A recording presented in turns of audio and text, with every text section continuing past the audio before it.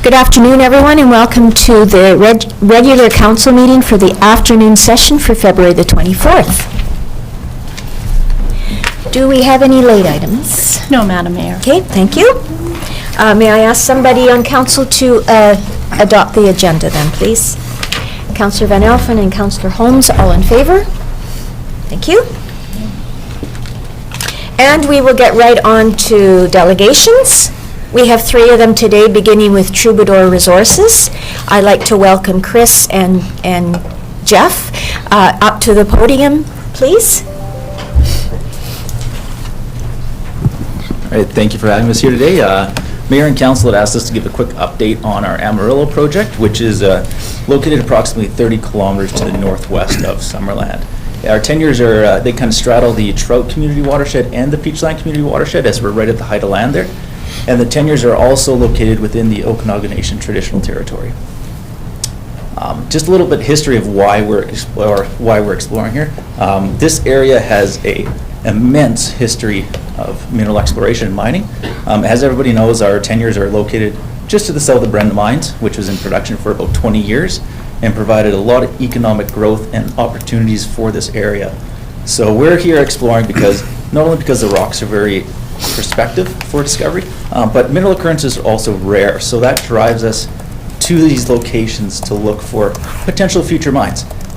Exploration is a very risky game, and it is very hard to actually discover a new mine, and the odds are somewhere in the neighborhood of 1 in 1,000 projects become an actual mineral deposit, but probably 1 in 10,000 actually become a mine. So the chances of us discovering a mine are very, very rare, and it's a long shot for us.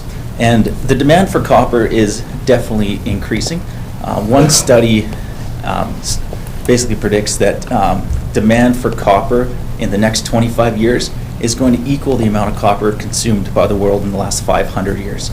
And the main driver of that is electrification. So that is a major source, and the world does not have a supply chain to fill this need for copper. And domestic sources of resources are especially important these days. A lot of resource development in developing countries is not as controlled as it is here domestically. Canada has some of the strongest regulations for mining and resource development anywhere in the world. And moving on to the exploration activities we've completed to date, I'm going to hand it over to Chris here. Hi everybody, I'll give you a quick run through just to give you a good sense of what activities actually have been going on the property. We started with the initial research that identified there were some historical evidence of copper up there, acquired the ground, and our first pass was to on foot walk, prospect, sample soils.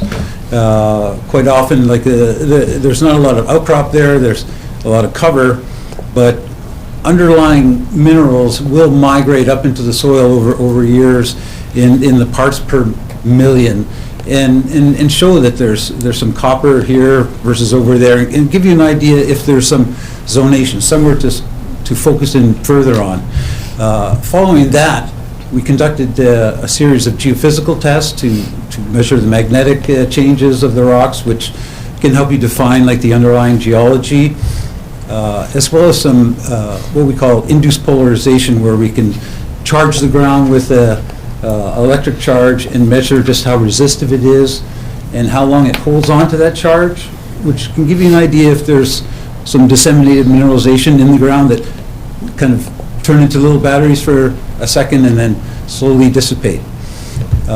We modeled all that work in 3 dimensions and then designed a drill program, very, very lightweight, where we focused on using the old logging roads out there, so there's very minimal any kind of trail building, and then tested these features to start to get a handle on, is there something that is coming together here to help focus to further work or drive decisions on whether there's anything worthwhile pursuing.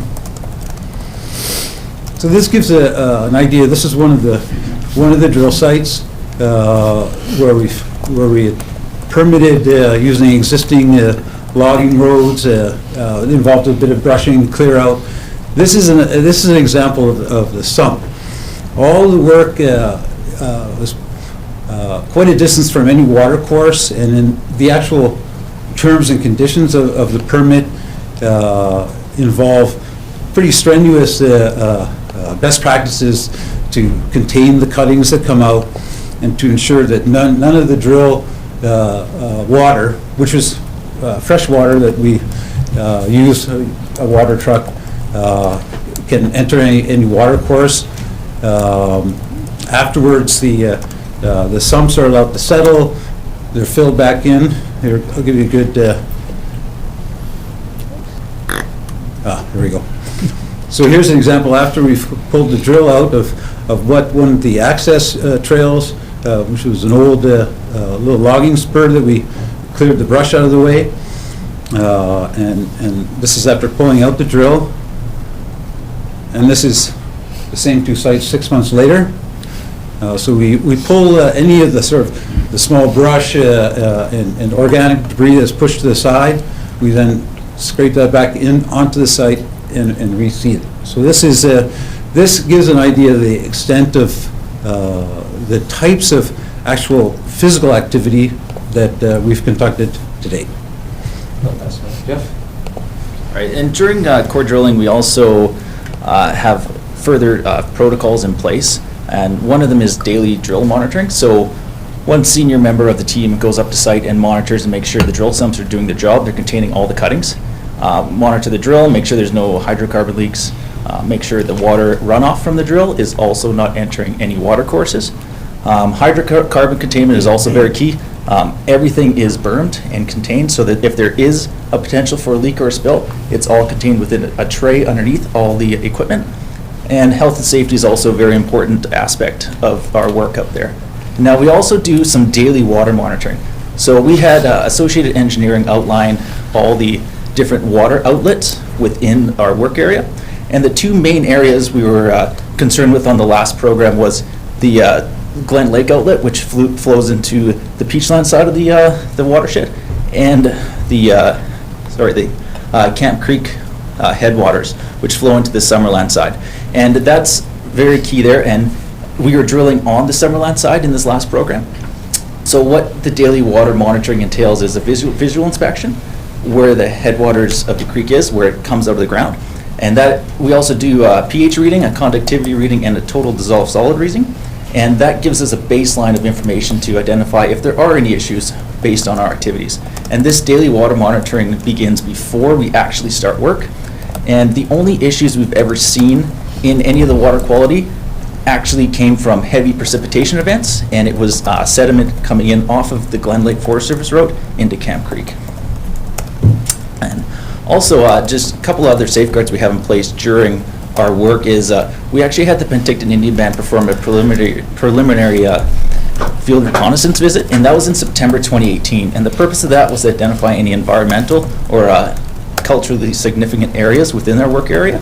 The report came back and indicated that there were no known archaeological sites within 500 meters of our work area, and actually the nearest archaeological site is 7.5 kilometers to the northwest. Now, that doesn't mean that there isn't a archaeological or a chance of archaeological find on our property. It means that there are no recorded ones. So because there is still a chance, a medium to high risk as outlined in the report, we do have an archaeological chance find procedure in place that essentially would result in a stop work order if we did come across an archaeological site. Other recommendations of the report and findings were that the work area is part of the traditional hunting ground and travel corridor for the Okanagan Nation, and also wetlands and water features should be avoided, which is one of the key stipulations within our permit anyways. So that's why riparian setbacks are adhered to at a minimum, and all of our planning for access and work is based around where riparian areas are, and we try to avoid those.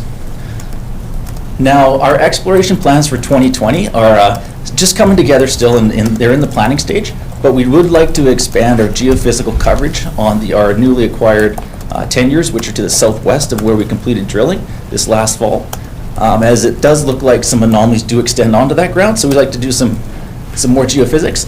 We're going to age date the mineralizing event too in the copper mineralization we did see in the last drill program. As you can see on the right-hand side of the screen there, that's a picture of drill core. So that is what the rock looks like when we bring it out of the ground in drill core. And the key for the age dating is there's a prospective age corridor of mineralization that is essentially very prospective for potential mines. And if we're in that age corridor, there might be a potential. Brenda is not the age range we're looking for, even though we're so close to Brenda. What we're seeing in the mineralization is more like a Copper Mountain rather than a Brenda. And we're just working through the data compilation and modeling of the data to help in the targeting, and the new geophysical data acquisition will definitely play a large role in that. And we would consider, depending on the findings and how the targeting looks from the newly acquired data, a follow-up drill program for mid to late 2020. And that's the end of the presentation, and we'll thank you very much for your time. Thank you. Council, do you have questions of our delegation? Councillor Holmes. Yeah, thank you. Is there any forestry happening in the area where you're working? There was, I believe, in early 2019, but when we were up there drilling last fall, there wasn't any current activity. Okay. In the Glen Lake Valley there. They were working further up the road, I believe, Okay. off the Peachland Main. Okay, just follow up. So, I think the concern in the community is obviously the quality of water in our watershed. That's our drinking water, of course. And so you talked about your daily monitoring, which is great. But I guess my question is, when we look at all the uses of the backcountry there's the mining exploration, the forestry, recreational uses, wildfires, and everything that comes into place. I'm just wondering if there is any kind of coordinated approach with all these other users where the water monitoring is coordinated in that respect. There currently is no coordination. It's a great idea, but bringing that many user groups together does have its logistical challenges, and that would be one of the major hurdles to overcome. But that is something that it's a good idea conceptually. Putting it into force might be a little bit more challenging, especially if that was to happen 365 days a year, and basically dictating who would be responsible for monitoring and at what times. If I could add just a little bit to that, I think I've worked in other jurisdictions where things were so overlapping that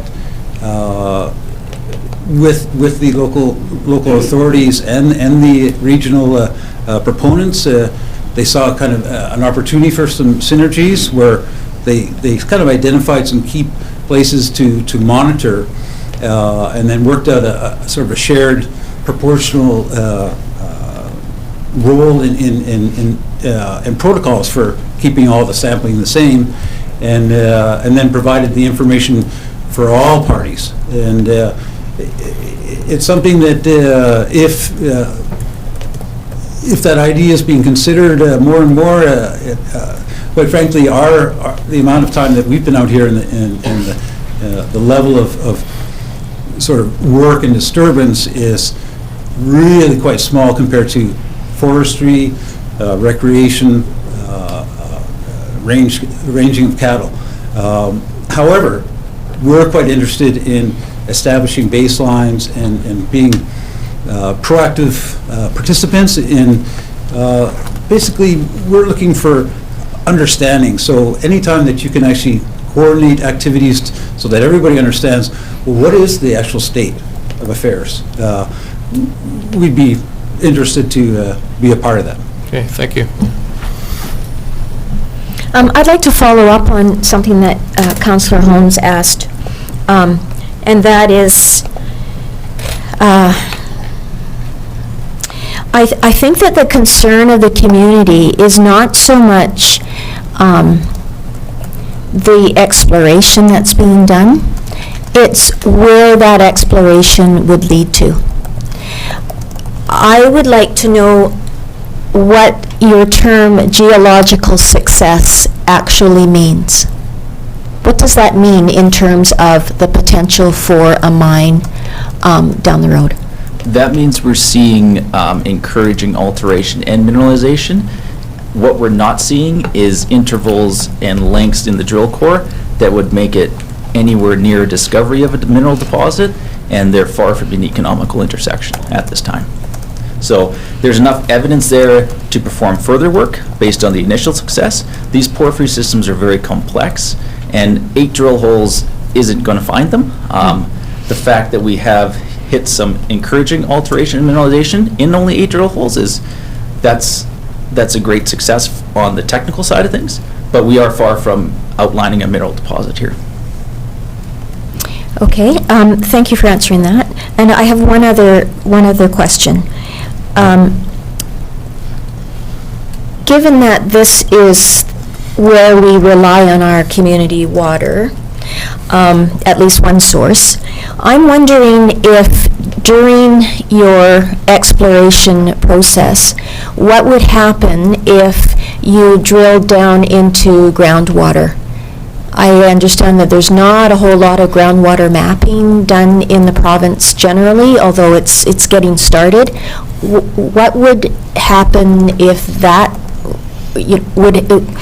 how would you proceed if that would happen? So if you're in the exploration process, you actually hit groundwater, an aquifer, for example. Okay, so it does happen from time to time in exploration. You will get drill holes that will produce water. A lot of times you won't know they're producing water until you've pulled the rig out off site, because you are pumping water downhole. And if a hole is producing water, it's usually, at least the ones I've seen on other projects, it's usually a trickle, and you might see a little bit bubbling up from surface. And what happens then is you end up putting a plug down called a Van Ruth. You put that plug down the hole, that plugs it, but you also cement it on top of that. And then it's a fully tamper-proof seal, and that seals your cylinder of water that is a conduit for the groundwater to seep up. So it's resealed in the ground, and there's no further seepage to surface. And there's no threat of contamination from surface runoff downhole. Okay, thank you. Any other questions? Okay. Could I have someone bring forward this resolution to receive for information, please? Councillor Van Elfen, Councillor Holmes. All in favor? Great, thank you. Thank you. The second delegation that we have today is Travel Penticton. And Tom, there you are, Tom. Welcome to the podium. Thank you very much. Great crowd. I don't think they're probably here to see me. But anyway, thanks very much for the opportunity to present to you today. I am the Executive Director of Travel Penticton. And just to give you a bit of a background, I've been in the business since around 1977 in tourism. And so I've seen a lot of changes, especially in British Columbia and in the Valley. But I'll give you a bit of a rundown here of what we do in Travel Penticton. And we'll keep this as short as possible. So Travel Penticton is a member-driven organization consisting of around a little over 40 accommodation properties, all of which collect the 2% Municipal Regional District Tax, or the MRDT, and along with other tourism businesses who pay an annual membership fee. And the way it works is that it's the province of BC, money goes from the province of BC to the city of Penticton, and then it flows through to Travel Penticton Society. And it's the Ministry of Arts, Culture and Tourism, and the Ministry of Finance, Destination British Columbia, and the city. So the way MRDT works, if you're not quite sure of it, is that it's a 5-year term that's applied for. And this term that we've had now, I believe, is the 3rd one in Penticton. Commenced on July 1st, 2017, and will end on June 30th, 2022. And it's 2%, so every time someone books a hotel room, they have an extra 2% on there that goes directly to marketing. And this is pretty much across the province. Communities on either side of us are actually at 3%. Osoyoos just did 3%, Kelowna's at 3%, Vernon's at 3%. So we are on the lower end of the scale at this point in time. It does require a resolution from the city for financial support. And because we do receive some money from the city of Penticton for operating our visitor services, we still receive that money.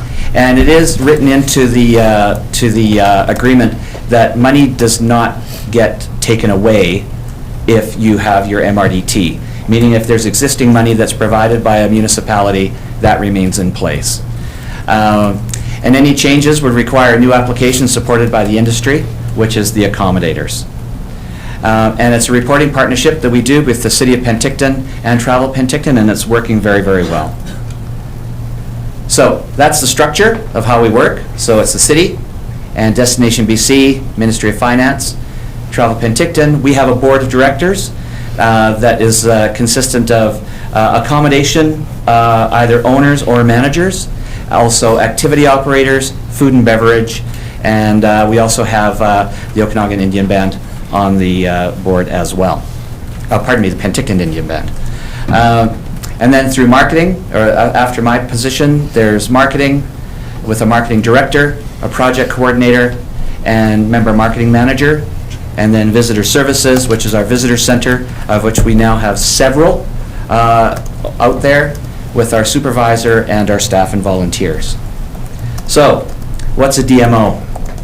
Well, a DMO is a destination marketing organization, and it's designed to cover the MRDT funded area, which is municipal Penticton. So the tax that we collect is only within the municipal boundaries of Penticton. All right? However, it actually goes far beyond that. And I class us as being a mini regional DMO, because the work that we do covers Naramata Bench, it covers Okanagan Falls, it covers the district of Summerland, and it covers the municipality of Penticton. However, as I said before, the money that we receive only comes from either money that comes from the city of Penticton or the MRDT that's generated by the accommodators in Penticton, as well as money that we generate on our own through doing sales initiatives, partnership initiatives that we do to build more revenue. So, at this point in time, these are the members that we have within Summerland, the district.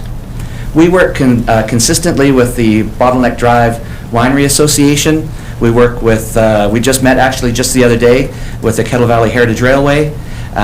We work with a number of businesses within the area here. So it's not just Penticton that we're working with.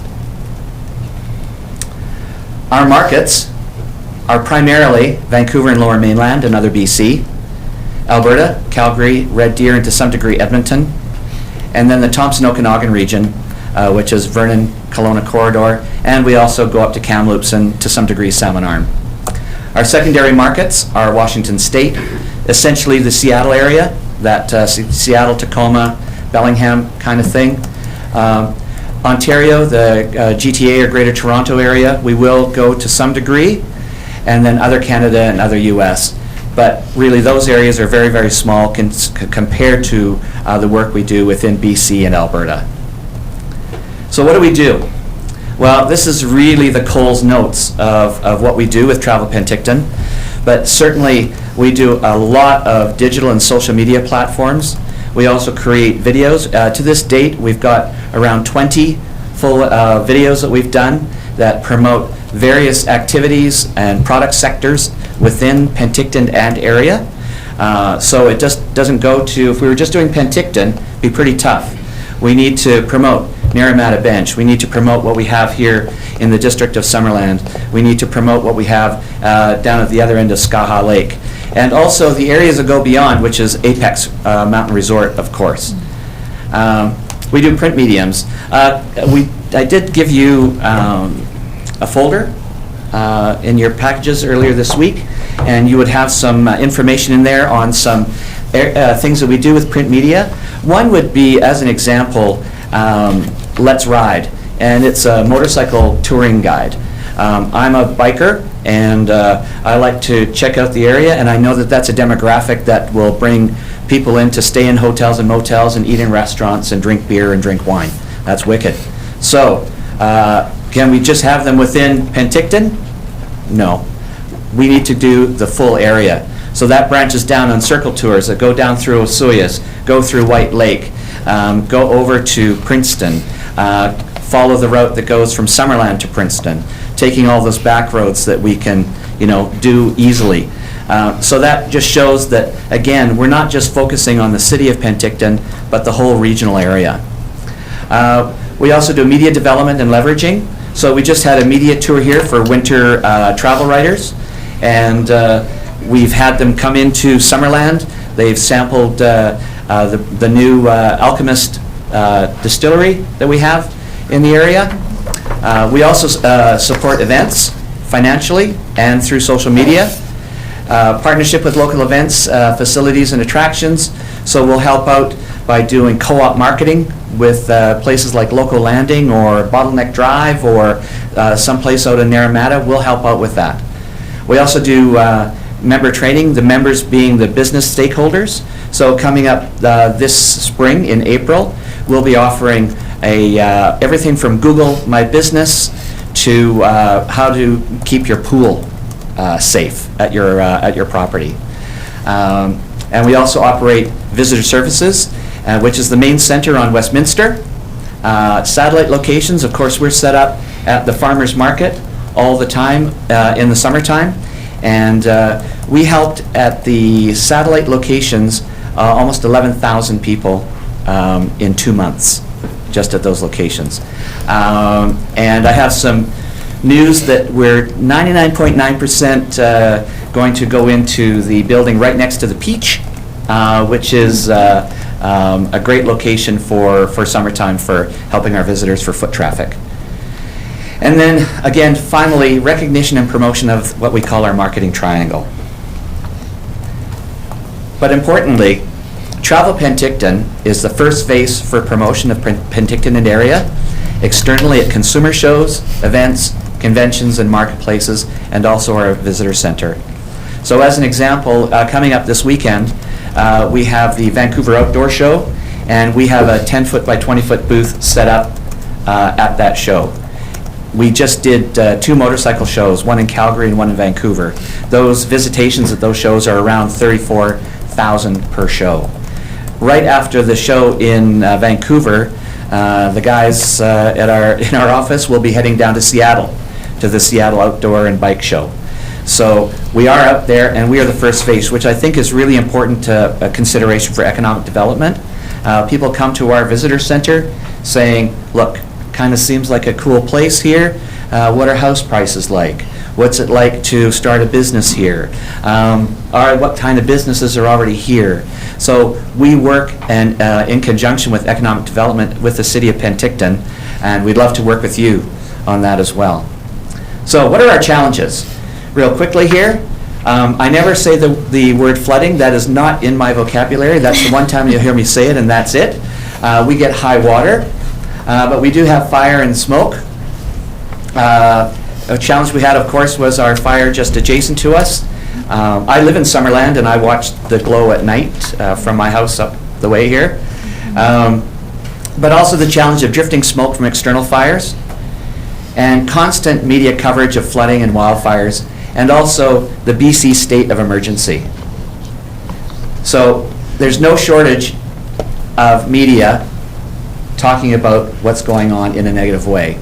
And so we have to work on repairing the public perception over the short, medium, and long terms, and to win people back. There's so many things that are going on in the world right now.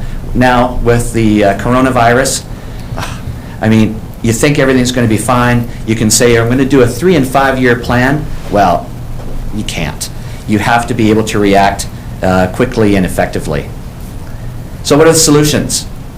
We've done a real-time campaign. There's no point in trying to sugarcoat what goes on out there, especially when we have fires and high water. So what do? We tell it like it is, and we talk about real time, what it's like in Penticton and area. We use it on Facebook, Instagram, Twitter, local and regional media, and it was also adopted, our real time, by Thompson Okanagan Tourism, Destination BC, and other communities. So we were a leader in it. But what we do is we post out videos constantly, or photographs constantly on various product sectors, talking about what it's like. This is when fires were at their peak. Looks pretty good in the area, but people don't know that. They think that it's doom and gloom. So it's a real challenge to try to burst that perception. That particular little video there of one of my employees on a bicycle riding down the beach with a little handy cam had 45,000 views just doing that. We did a video in December of 2018, I don't know if anybody's seen it, of a fellow skating down the loop up at Apex, one of our employees. That went absolutely viral and had over 750,000 views.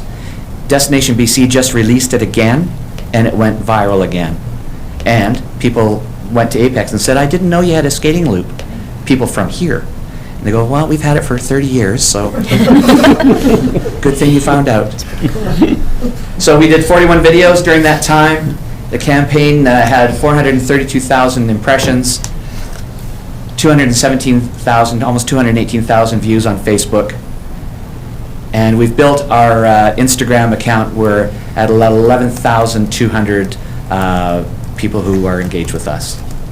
And it shows a spike when we do this kind of work to get people to see Penticton.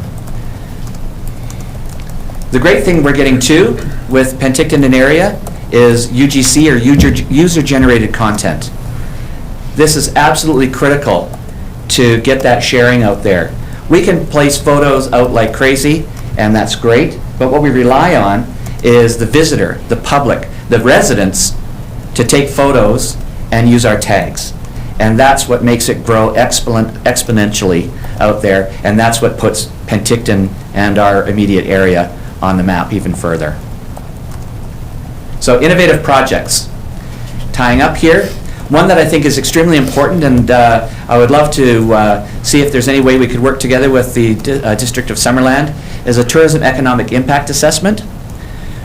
We can say that we get lots of visitors here, and that's true, but we really don't know what the numbers are when they come in here. How much are they spending? How long are they staying?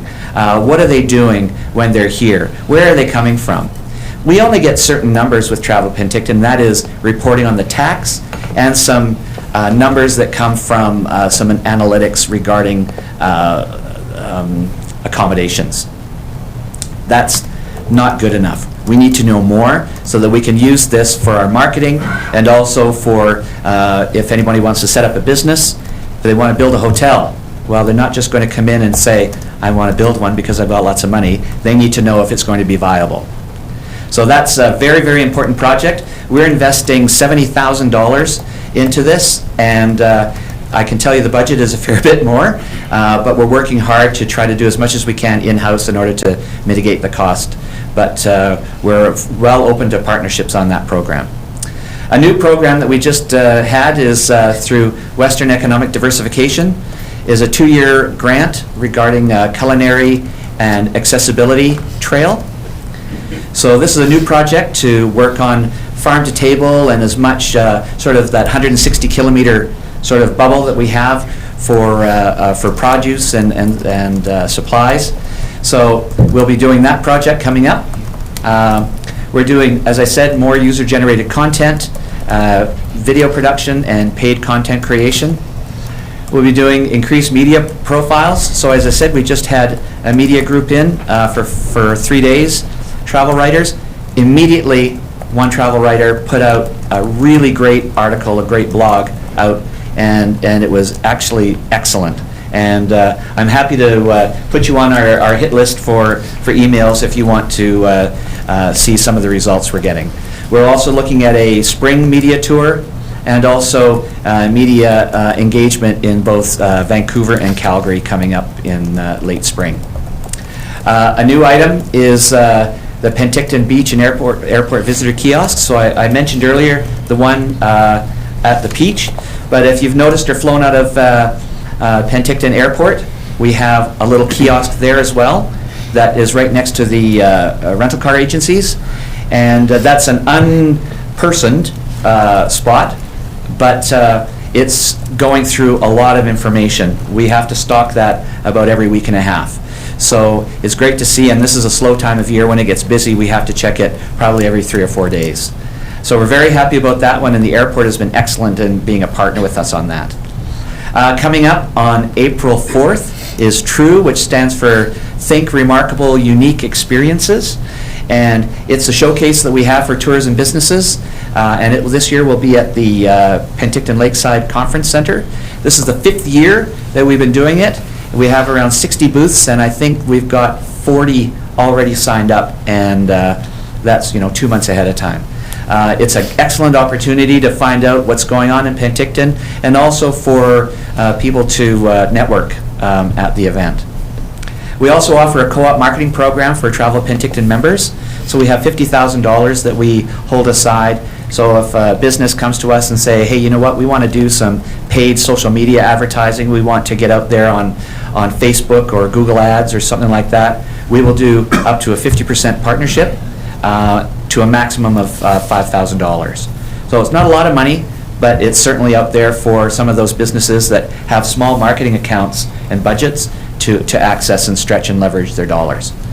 The last one is that we have here is reputation management opportunities. So I think we all know that everyone out there as a visitor is an expert.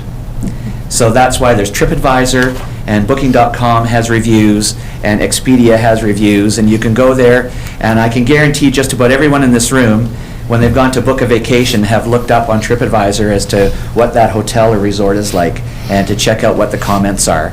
And I think the interesting thing is that we will trust something written down from someone that we've never met in our entire lives, and probably never will, to recommend a property to us, but you probably won't trust your brother-in-law to tell you how good a place might be.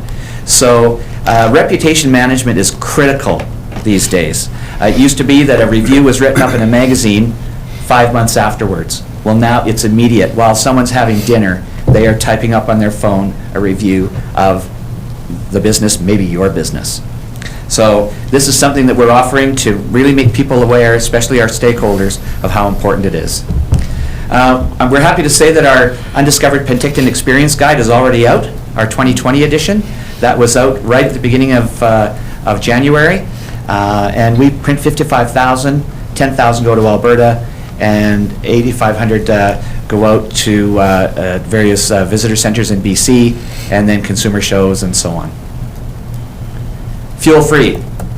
This is a new concept that we're doing here. We're really trying to get the fact that compared to some of our cities north of us, Penticton is very, very accessible, very easy to get around.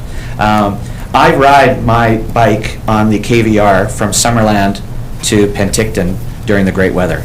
That's how convenient it is. So what we're doing is a fuel-free campaign that's to, what we call it, say almost, because we realize you have to use fuel to get here. We get that. However, once you get to your property, your hotel or motel, we'd love you to throw your keys in the safe and then go kayaking, paddleboarding, swimming, mountain biking, walking, craft beer touring, float the channel, wine touring. The wine touring we don't really want you to do on your bike, so the almost part is we want you to use a tour company, of which there's some in Summerland here, to go and lower your carbon footprint. We're trying to promote a healthy living and active lifestyle, promote the use of the regional trail networks, and be a leader in being ecologically responsible. We put it to foot, pedal, paddle as some of the main conveyances to get you out there. So it's an exciting campaign, and that'll be launched here in the next month and a half. So we offer marketing specialists, social media presence, maps, integration to co-op and collateral print projects, and value added through tourism trade shows, Superhost, and so on. And there's advantage for Summerland accommodators during large-scale events in Penticton.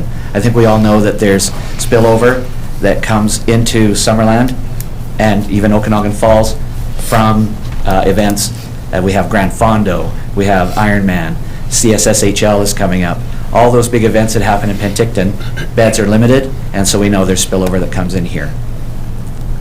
Our team is myself, Joe Sharnock, who also lives in the district of Summerland, just so you know. Brad Morgan is our marketing director, and Raquel Merriam as our member services manager. And then Graham Filek, of which some of you may know the last name here, is in Summerland with Summerland Suites, but he is our visitor center manager. And then we have Dawn and Cheryl as our full-time seasonal visitor center counselors. So that is what we have. I wanted to bring you up to speed of what we do down in Penticton. Travel Penticton is only 3 years in the making, but I think we've gone fairly far in 3 years, and we've got a pretty good equity in what we're doing with the association and what we can offer. So I'll take any questions if you have any. Thank you. Councillor Carlson, and then Holmes. Thank you. I'm wondering what kind of relationship or collaboration you have with the Summerland Chamber, as if there is any at this point. So we have in the past. We actually did a great program called Chain of Events, which was a partnership program that we did through Destination BC and through the previous chamber management, where we had a great program of cycling and various things we could do in sort of an events or sort of activity itinerary. We haven't done anything with the chamber here at this point in time. There's not really been any opportunities that we've seen at the moment that would work at the moment. Thank you. Councillor Holmes?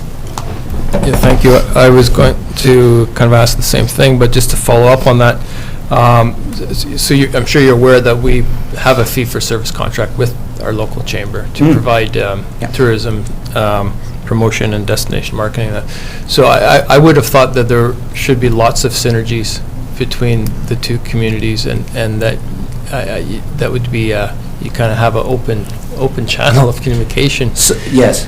So we have had an open channel of conversation. So I have spoken to David on a few occasions, but at the moment we haven't really had anything that has been, a concept that we say, hey, that would be a great partnership to work towards. We do work specifically with our members within the district of Summerland, and I will say that when we have done prior projects, we have to remember capacity of organizations and how much capacity there is in each place. And the chain of events that we did, we did pretty much all of the work for it, and there was a financial contribution from both Summerland and Naramata, and so we worked on that. But things change, and we're always open to suggestions and partnerships and evolution. Okay, thank you. And just another question, if I may. So the fuel-free campaign looks really exciting, and I'm just I think that can only get more important, I would say. And I'm just wondering if you do work with local ecotourism or green tourism businesses to help develop this? I mean, is there a plan to develop that in the future? Because I think we hear sustainable tourism is kind of the future. Absolutely. Right? So we look at this as going in phases, and our initial phase right now is to get the word out that we want the visitor to come here and experience things, on their own steam, for lack of a better term. And so we're happy to work with, companies like Hoodoo Adventures, for an example, that have bike rentals and have kayak rentals, have paddleboard rentals, working with Skaha Bluffs and their climbing companies that help do climbing. So we will absolutely work with any of those members that we have in order to offer a really great experience. The goal here is that if we can get someone from Vancouver, even if they don't have a car, to bring up their little Evo car through BCAA, drive up here, and all they need is a backpack with some clothes in it. Everything else they can have supplied by any number of our suppliers that are here. Ogobogo Tours, Wine Tours, is a great example of being Biosphere certified, and we love working with them because they offer responsible tourism and wine tours. Could I just follow up? Yeah, thank you. So we've here on council, we're quite active in trying to get more electric vehicle charging stations in town, for example, and one of the thinkings behind that is that'll help attract those kind of tourists, that they know those charging stations are in Summerland, so they'll come in and stop in Summerland to charge their vehicles while they do tourism sort of thing. We just assume that's, that's kind of the right approach to take. We don't really, there's no real, I guess, sustainable tourism master plan for the region or anything like that, and I think it'd be something worth talking to us about, talking to the regional district, and all of us putting our heads together to really get our heads around that, how we can really develop that industry. For sure. The challenges with electric vehicles, of course, is range anxiety and the fact that unless you drive a $125,000 Tesla, it might be a little difficult to go from the Lower Mainland up to Penticton without having to worry about charging along the way. So there are those challenges. However, I think even the big oil companies, Petro-Canada, for example, is putting in a charging station at one of their fuel stations in Kelowna, I noticed. And I think having charging stations close to where there's amenities, I think is really important. So I know we have one next to the post office, but we also have another one that's a little further away at the park.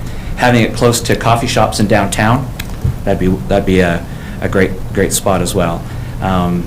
But a lot of investment to go with those and management of them as well. Thank you. I have a few questions. Does anybody else have questions or comments?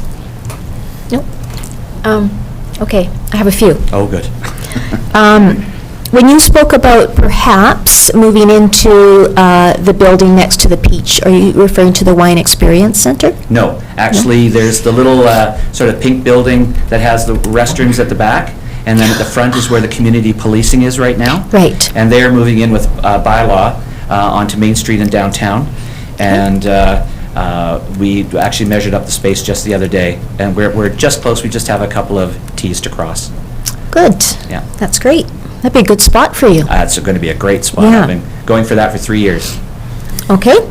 That was the first question. Last year, in Summerland, we still had some high water, but we didn't have smoke, at least as much smoke as we had been used to in the couple of years previous to that. Did you see any increase in the number of visitors last year, or was it still fairly depressed from the 2 years, the wildfire seasons?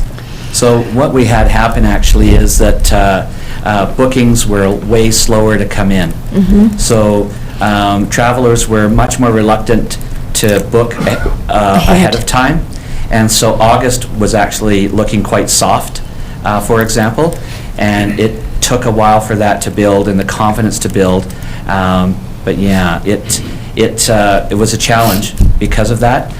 So we had 2 years in a row, obviously 2018, 17 and 18, where we had challenging conditions. Last year was pretty good, notwithstanding the small fire just at Gallagher Lake.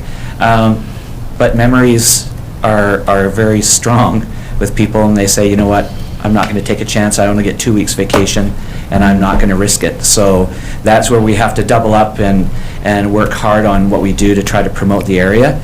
What we have, in my opinion, right now, with the world situation and the virus that's going on out there, maybe people are thinking that sort of staycations are maybe the way to go, and maybe we'll see more in the way of British Columbians traveling within the province and maybe from Alberta as well as potential.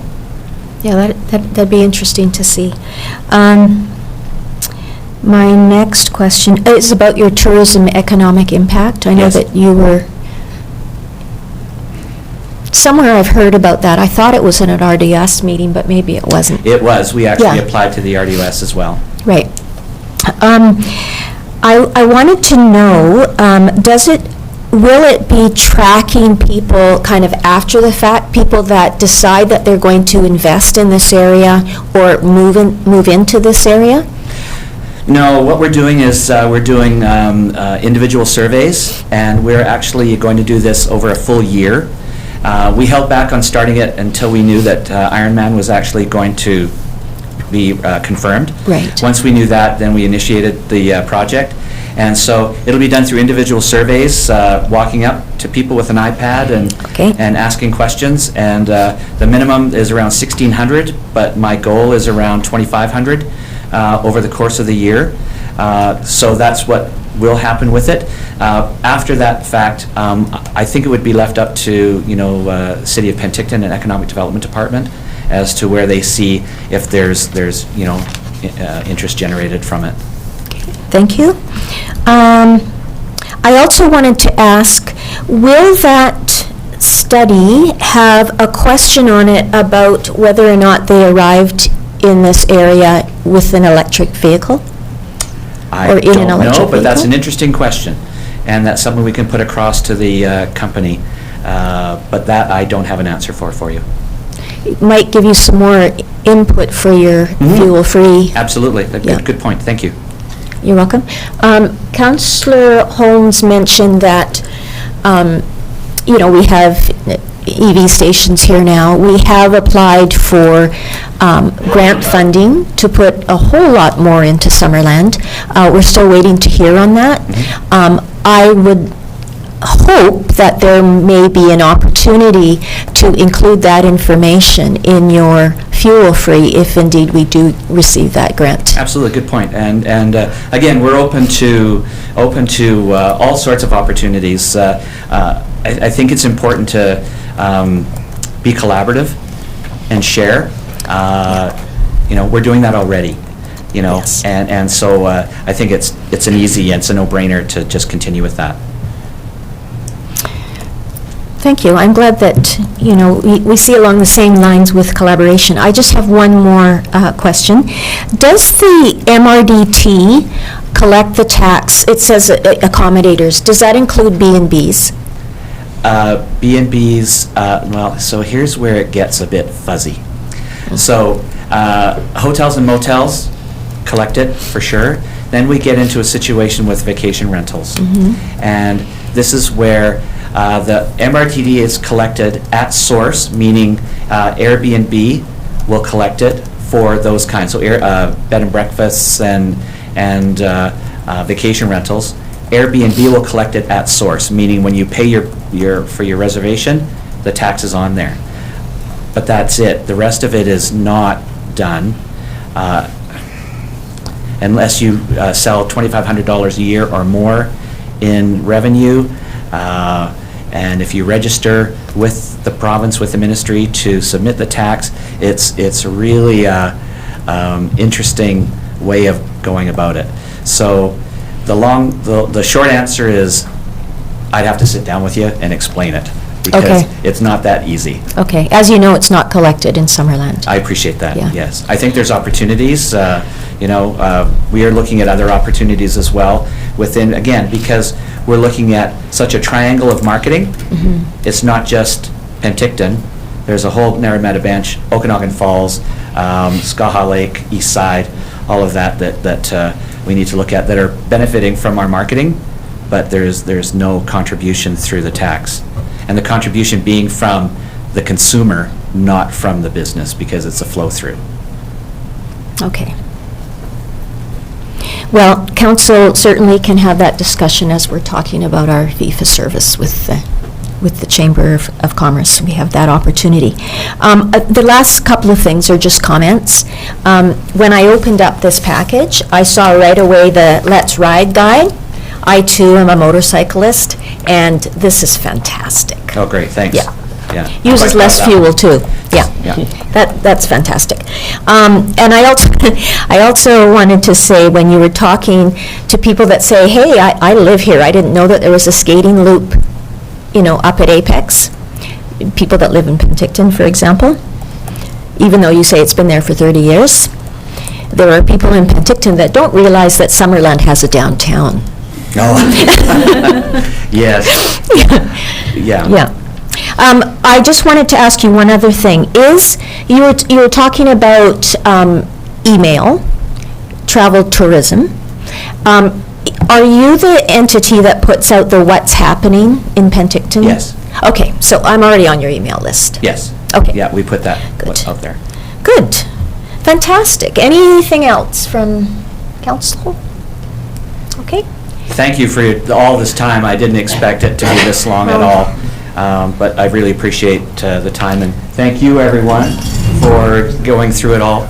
Well, we appreciate you including Summerland in your guides and printed materials and the work that you're doing outside of 100%. Okay, Penticton. thanks very Thank you. much. Okay. Okay, council, could I have someone bring forward this? Thank you, Councillor Traynor and Councillor Patton, all in favor? Okay.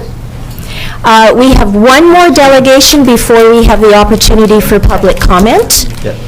So, let's see, I can't remember who that is. Oh, Okanagan Nation Alliance.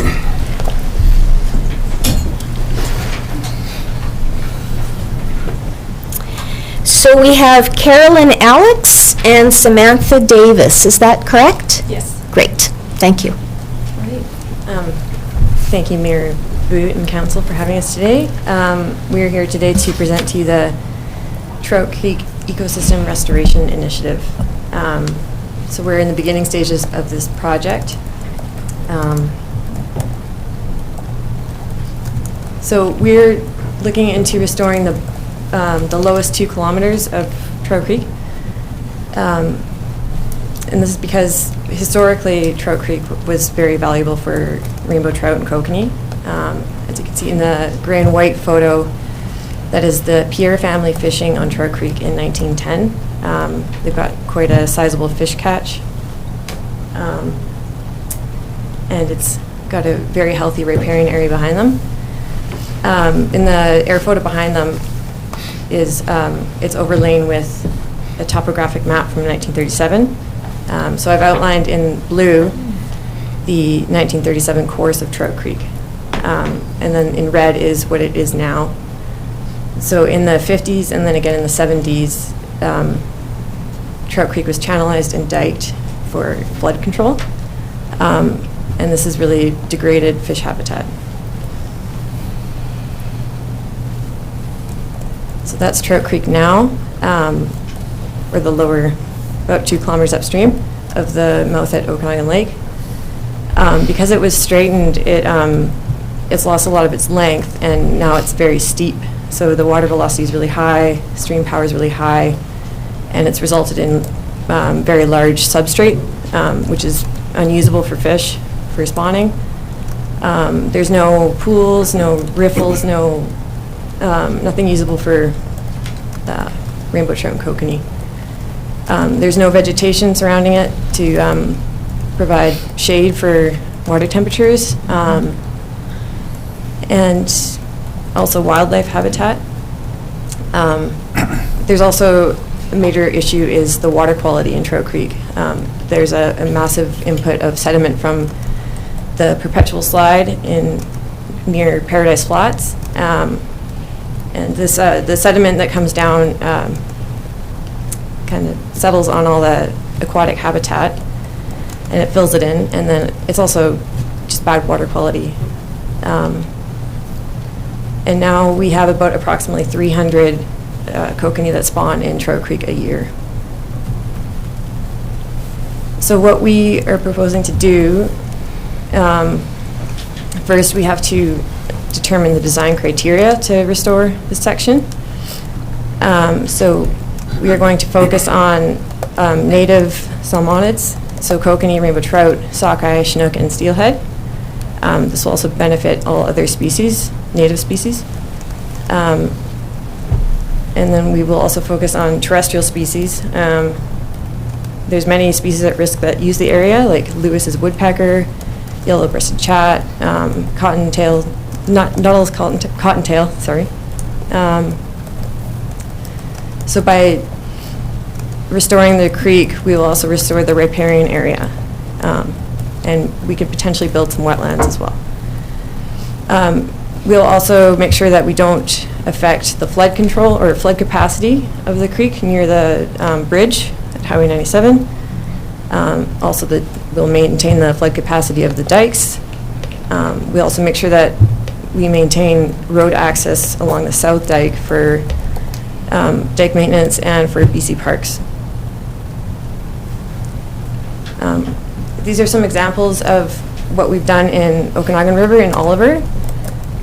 So on the left is we've re-meandered the creek by kind of letting it go into its historical course. We've pulled the dike back too, so the floodplain has been re-engaged. And by letting it re-meander, it's built its own riffles and pools. And we can also build riffles on the right there.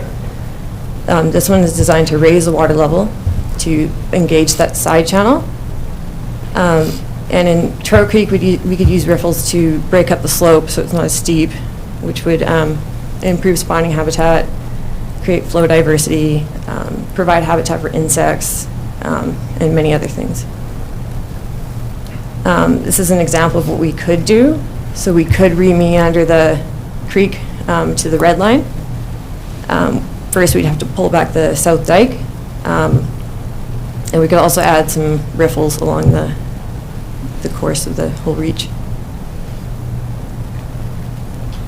So right now, we just initiated a steering committee, and right now we're finalizing the design criteria. Along with the steering committee, we've also included traditional ecological knowledge. And we'll start working on the conceptual design. And then we have to obtain a band council resolution from PIB and BC Parks approval. This coming summer, we'll further refine the designs, get engineered approval, and prepare for construction. And then following year, we'll hopefully start construction. And we'd probably start with moving the south dike back. We could potentially phase the project, add some habitat features in stream later on. When construction is done, we'd revegetate and then continue monitoring. And these are our steering committee members, are represented from all these groups. And thank you. Thank you. Yes, Councillor Traynor. I think this is a really neat project. I live really close to Trout Creek, and I didn't realize how much it had been straightened and what the original path looked like, so it's really, really cool that you guys are doing this. Would this project address the turbidity in the water, though? Like how, because of the perpetual slide, like how are you going to work around that? That's a major challenge that we have to face. We're talking about a number of solutions. We're hoping to work with the District of Summerland on that. So we have come up with options, and it does need to be dealt with before we move forward. Okay. So there's kind of two. There's one option is to somehow fix the slide, which I'm sure everybody would love the Nobel Peace Prize on that one. But if any bits and pieces can be accommodated to fix the slide at the source, that would be the best. The second option, in the province runs a lot of sediment basins when they channelize the Okanagan River for very similar reasons. So those could be built up at the top of the reach. The issue with that is it takes maintenance, and that is a cost. That would be an annual cost that would need to be incurred. The fish are very used to having a bit of turbidity in the spring. They move around, they can handle it. This turbidity that comes, it comes sporadically. It is really hard on them to thermoregulate, to breathe. It also has a tendency to cover over eggs and then kill pending kokanee. So it's pretty detrimental, pretty hugely detrimental to all indigenous fish. And so something does need to be done. We're kind of hoping with this type of project we can bring attention to this and maybe some momentum to bringing together all the smart people that are out there that could help to alleviate this. Okay. Mm-hmm. If this project is a success, how many salmon would you hope for or expect could come back? We haven't made any major estimations on that. Before we get to sort of a final design, we would be able to respond to that question because we would know how much spawning gravel we can now retain, how much areas. We know how big a kokanee typically uses. We would know how many pools have created, and we know how many in the Okanagan River or in some of the other creeks like Shingle Creek, how many trout are typically in a certain sized pool. So that's a question we can answer later, for sure. All that we know is that very few trout are snorkel surveyed in the creek. There's like 300 kokanee, if that, are returning, and a lot of our traditional ecological knowledge keepers and elders in the area talk about the thousands and thousands. And particularly in this reach also, thousands and thousands of fish, not only using this reach, but using it as a corridor to get into the canyon for cooler waters or to get into the lake. So being able to sort of use this as a corridor as well as use it for a major part of their life cycle. Thank you. Council knows this, I'm not sure if the people in the gallery know this, but we do have a perpetual slide update later on in this meeting, right? So maybe we'll get an update then, and maybe we'll get some answers. Councillor Van Elfen and then Holmes. Thank you, Madam Mayor. Are you aware of how many fry the PIB released in the mouth of the creek there? There was 4 million sockeye fry that were released in Okanagan Lake. They were released between Trout Creek, Mission Creek, and Aquesus Creek. And my guess is it was probably 30, something like that. So there's a significant amount were released in Trout Creek. So that was last year? That was last year, yeah. So they'll be returning? It has a 4-year life cycle, so they'll be returning in 4 years. In this coming year, we should have sockeye kind of knocking at your door, because 4 years ago we had ceremonial releases of sockeye. Very, very much smaller, 10,000 fry, as an example, were released in Okanagan Lake also at those 3 sites, so a small production.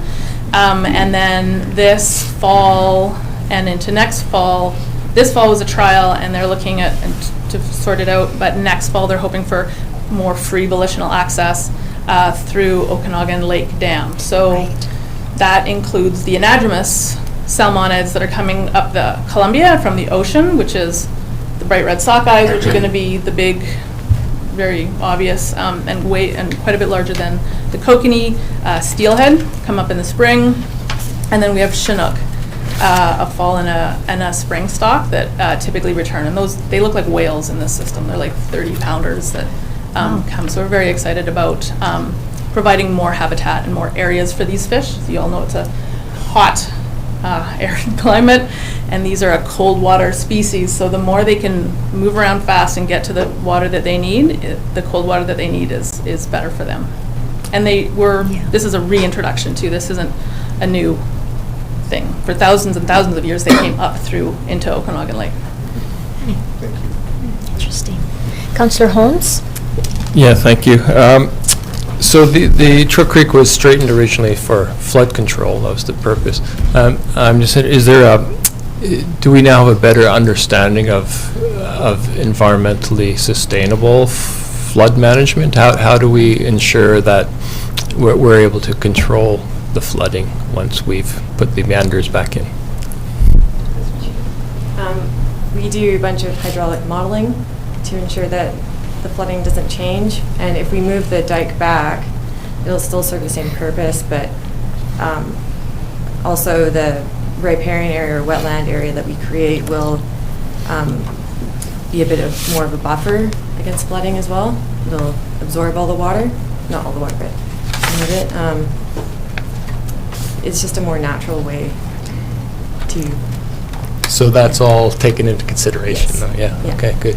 And just one other thing, in respect to the turbidity, I mean, I don't know anything about this, but the fact that you have you put the meanders back in, do you think that would actually help decrease the turbidity? Because rather than that junk just flowing straight down, some of it will be washing up on the meanders. No? I think some of the sediment would end up settling out higher upstream, so it wouldn't all fall out of the water column at the mouth of the creek, which would be good as well, because sometimes there is a risk that all the sediment would drop out of the water column at the mouth of the creek and be a fish barrier Right. By setting the dike back to you get quite a bit more of the floodplain. So we're just increasing the flood like we can't make it worse by setting a dike back. You increase the flood capacity really in that reach. But it also, when the water hits that in those high water times, it slows down and it does collect sediment as well, which is again part of the natural system. How part of the natural system that is with a perpetual slide, we would have to sort of monitor and keep an eye on that. But it does have the potential for holding quite a bit of sediment. Okay, thanks. Captain, I don't know where that came from. Captain Barkle? Councillor Barkle? Thank you, Madam Mayor. Just a couple of questions. Do you intend to go ahead with the lower end of the work, you know, the putting in the meanders and stuff, even if there hasn't been a solution found for the sediment part of the problem first? I think that's going to we'd have to leave that to the steering committee to kind of hash out what the risks and benefits are as we go through. I think we're really hopeful at this stage that we can find a solution or be able to mitigate for a solution so that there is something there for these fish in perpetuity. Yeah, and what time of year are the fish spawning? And like obviously, I guess the eggs have hatched and left before the flood comes down in the spring. It really flows. Actually, it coincides quite perfectly. So kokanee, they're currently using it. Sockeye and Chinook are fall spawners, so they would spawn in September. Sockeye are a bit more like an October spawner. The eggs then remain in the gravel over the winter, and they emerge usually with the increase in the hydrograph in the spring. So they flush out, and those sockeye and kokanee would flush out to the lake, and they like to hang out in the lake for a year before going to the ocean for 3 years. Chinook would want to stay in sort of wetlands or floodplains or side areas in the creek for up to a year before they go to the ocean and return as potentially 5, 6, or 7-year-olds. Steelhead and rainbow trout, they return in the spring. So they actually come in with those heavy rains in the spring. They spawn sort of in April, May, because egg development is typically related to water temperature, and it's warmer at that point in time. They have a much shorter incubation, so usually by July, mid-July, they emerge. Those fish also can often, some of them like to hang out in the tributaries, some of them like to kind of go to the lake, some of them they move around quite a bit. We've actually have some tagged fish with tagging locations with our sister organization, the Colville tribe, that found rainbow trout in Shingle Creek, and then a month later in Omak Creek, and then a month later in Skaha Dam. So these fish are very opportunistic. So us providing these areas that they can find, because they're smarter than us. They know where they want to go. So we just need to make sure we don't slow them down. Thank you. Does that answer? So kind of like the build it and they will come model. Yes. Any other questions for our delegation? Right. Could I just ask, and I'm not sure if you can answer this. Well, you probably can answer it because it was in your slides. What's the safeguard ceremony? That's a traditional ceremony when you make a major change on the land. So we have elders that come and do traditional ceremony before construction would begin. Okay. It's very lovely if you ever. Well, hopefully if this goes forward, we'll be invited to that. Thank you. And I believe that Chris and Devin are on the steering committee, is that right? In the district? Yes. Good. Thank you very much. Thank you. Could I have someone bring forward this to receive for information? Councillor Barkwell? Councillor Patton? All in favor? Great. Thank you. All right. So lots of delegation stuff this morning, or this afternoon. Now it's time for public comment. 15 minutes we allot for that, and you are welcome to comment on any of the items that are on the monitor, including the delegations. We would ask that you keep your commentary to 2 minutes, and as you before you begin your commentary, please state your name and your address. Thank you.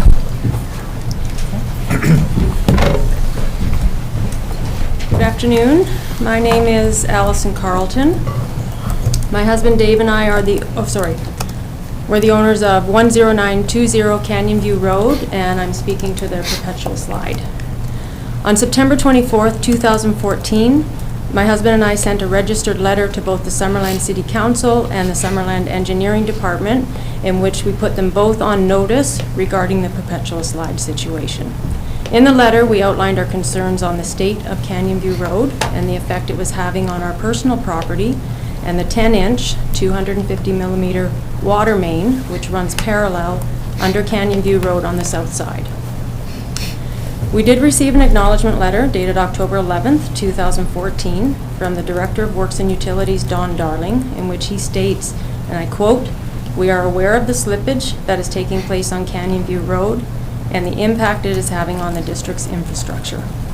He identified that a request would be brought forward to the Council for a 2015 budget approval to retain a geotechnical engineer to assess the issue and provide recommendations for remediation. Golder and Associates were contracted to perform that study. Our thoughts after receiving that letter in 2014 were, why did it take our putting the district on notice to initiate any action on the issue when they were fully aware of what has been happening for years? Professional assessments and recommendations are important, but with the severity of the road settlement at that time, it would have seemed prudent for the district to take it upon themselves to ensure the integrity of the 10-inch, 250-millimeter water main was not in jeopardy. To the best of our knowledge, no such measures were taken other than to place warning signs for vehicle traffic because the road has sunk so much. Golder and Associates submitted a report dated September 16th, 2015 to the District of Summerland with findings and remedial recommendations. Schedule C 5.1.2 of that report, potential impact to existing infrastructure above the perpetual slide. Some of the short terms to be considered were emergency response plan for alternate vehicle route in the event that Canyon View Road becomes impassable. To the best of our knowledge, no action has been taken. Emergency shut-off valves on the 250-millimeter water main in the event of other breaks to reduce the volume of water that would be discharged directly into the slide mass. To the best of our knowledge, no action has been taken. Alternatively, replace the existing water main located within the zone of increased slide activity and within the proposed setback area should be replaced with a flexible HDPE sclare pipe that can tolerate differential movement with less potential for breakage. To the best of our knowledge, no action has been taken. Next one was a review of each service connection to the residents at 10920 Canyon View Road to verify their integrity. To the best of our knowledge, no action has been taken. Another consideration that I have not even seen mentioned is the use of vegetation in the use of erosion control. Via the use of plants and trees should be strongly looked at into as the hairnet structure stabilizes slopes. Vetiver grass is used in some parts of the world as an aid in succession for this purpose.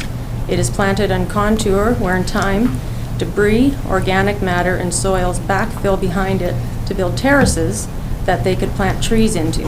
The tree species chosen are ones with hair root net systems that help to hold the hillsides from moving downwards. One example of that is willows. There have been several breaks in the 250-millimeter water main between Simpson Road and Mountain Avenue since the 2015 Golder Associate report was tabled, and we still have not been informed of any remedial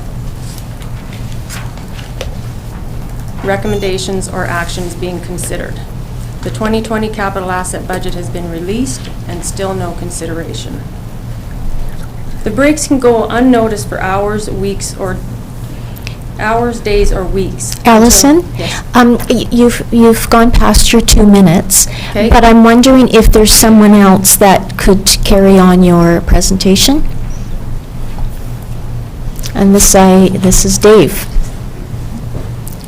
Thank you. That's just to keep it equitable for everybody. Yeah, your mayor, council, I'll just carry on here.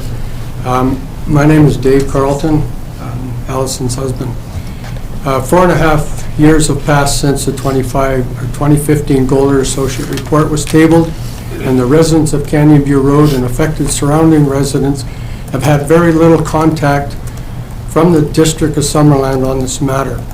The borehole investigation study has effectively been completed, and the results have not been communicated to the key stakeholders potentially impacted by the risks of the slide.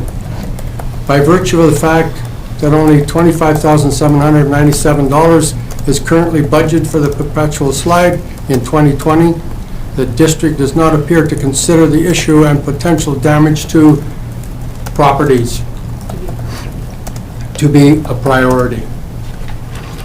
I can't speak for everyone affected, taxpayers, but I feel at a minimum that all of the proactive recommendations identified in the Golder Report of 2015 should have been actioned on by now and funded by the district. Continued inaction will continue to cost the district monies for inaction on remedial action and potential liability costs for negligence in the future. Thank you. I just have one on my own. I kind of wear two hats. I'm the Vice President of the BC Wildlife Federation provincially, membership of 45,000 members. One of our objectives is wildlife and fish.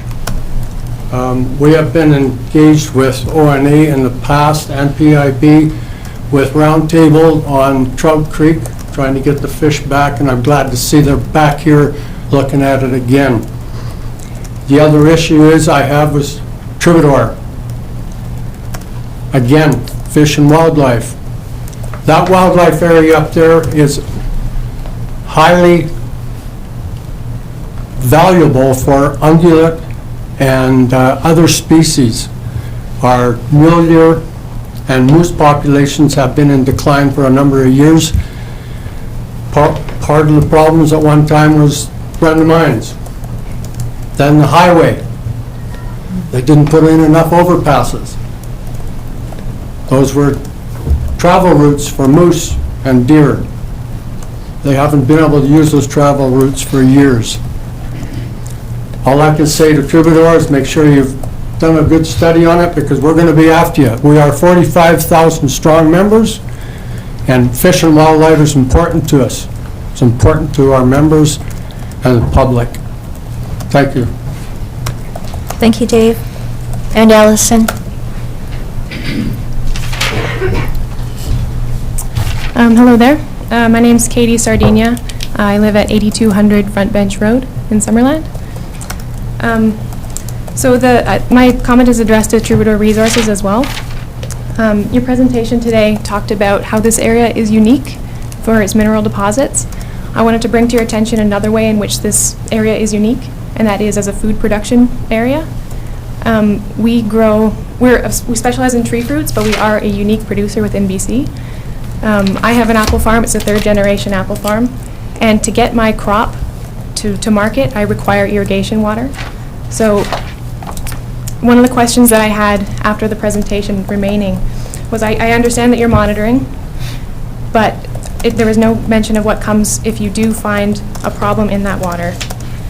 And so I would, if this moves forward, I think Summerland's going to need a guarantee that there's a very strong disaster relief in place, a plan for disasters, for water contamination, because it's not only the water that we drink, it's also the water that we use to grow a lot of food in our region.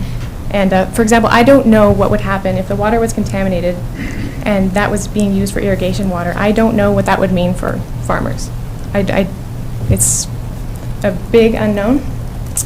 So yeah, I wanted to bring that up, that it's more than just drinking water. It's water for drinking, it's water for growing food, it's water for businesses that grow food, and it's water for the fish and the wildlife, as we've seen today. So that's my comment. Thank you, Katie. We can't have the response back and forth unless there's an agreement of council. But at this time, we need to allow the public to comment. Please come forward. I am Ron McDowell from 4208 Shirk Street on the slide problems there. I've been up there 17 years now, and I can't remember exact time when they started the lake they put on at the golf course there. When they dug it out, they dug all the dirt out of that, put it right over on top, if you got your aerial picture I could show you, of right above where the slide is right now. And there was a mountain of dirt, sand there. They still work on it. They still screen the sand, I believe. I see the screener coming in and out usually once a year. But all this equipment that came in and did all this work, everything went to hell after that project there. And this is when the slide started sliding down the hill, because we all go down there quite a bit to watch it. But it should be looked at, and I don't think they should be doing it right above the slide. If you got your aerial picture, I'd love to show you where it is. Can we bring that up at all?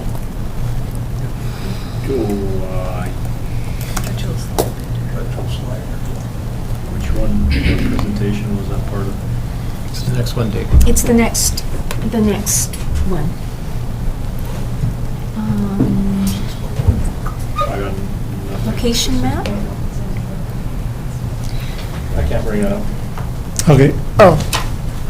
Okay, we do have it on our agendas, though, the location of the Yeah. perpetual slide, and it's an aerial, so we can see the You can roads. see are- the white sand still Yes, there, yes. like I say, and it's right below it is where your issue is, where going into the creek, and it's, water is definitely running out of the ground there, and everything's happening right in there, in that area.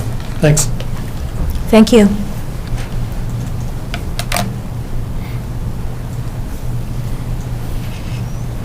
Would anybody else?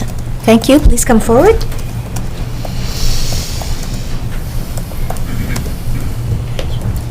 My name is Doug Penny, 1108 Fish Lake Road.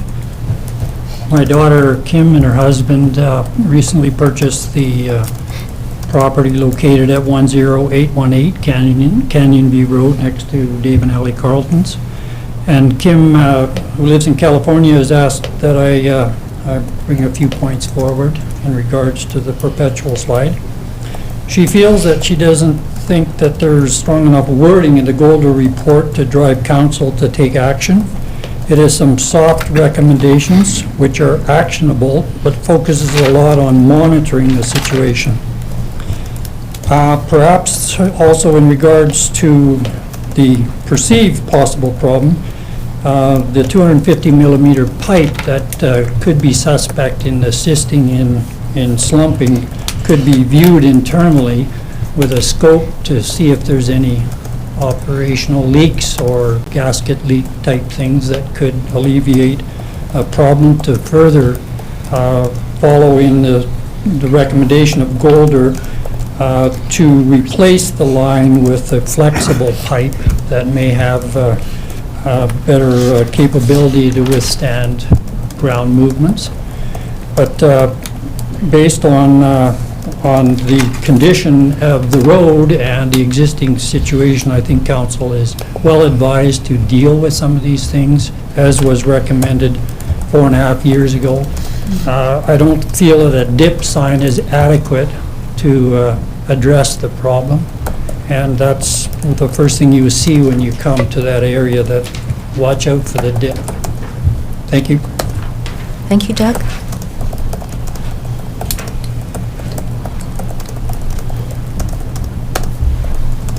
Anyone else? Can I show you? Oh, there it is.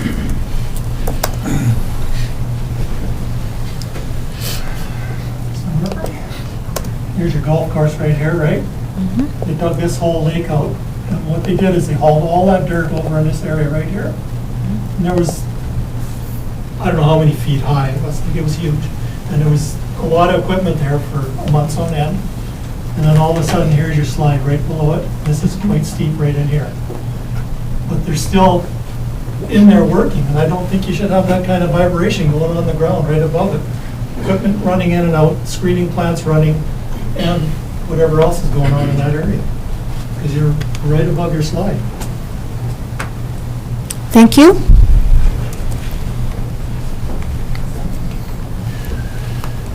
Anybody else? There's nice to have this much of interest from the gallery. All right.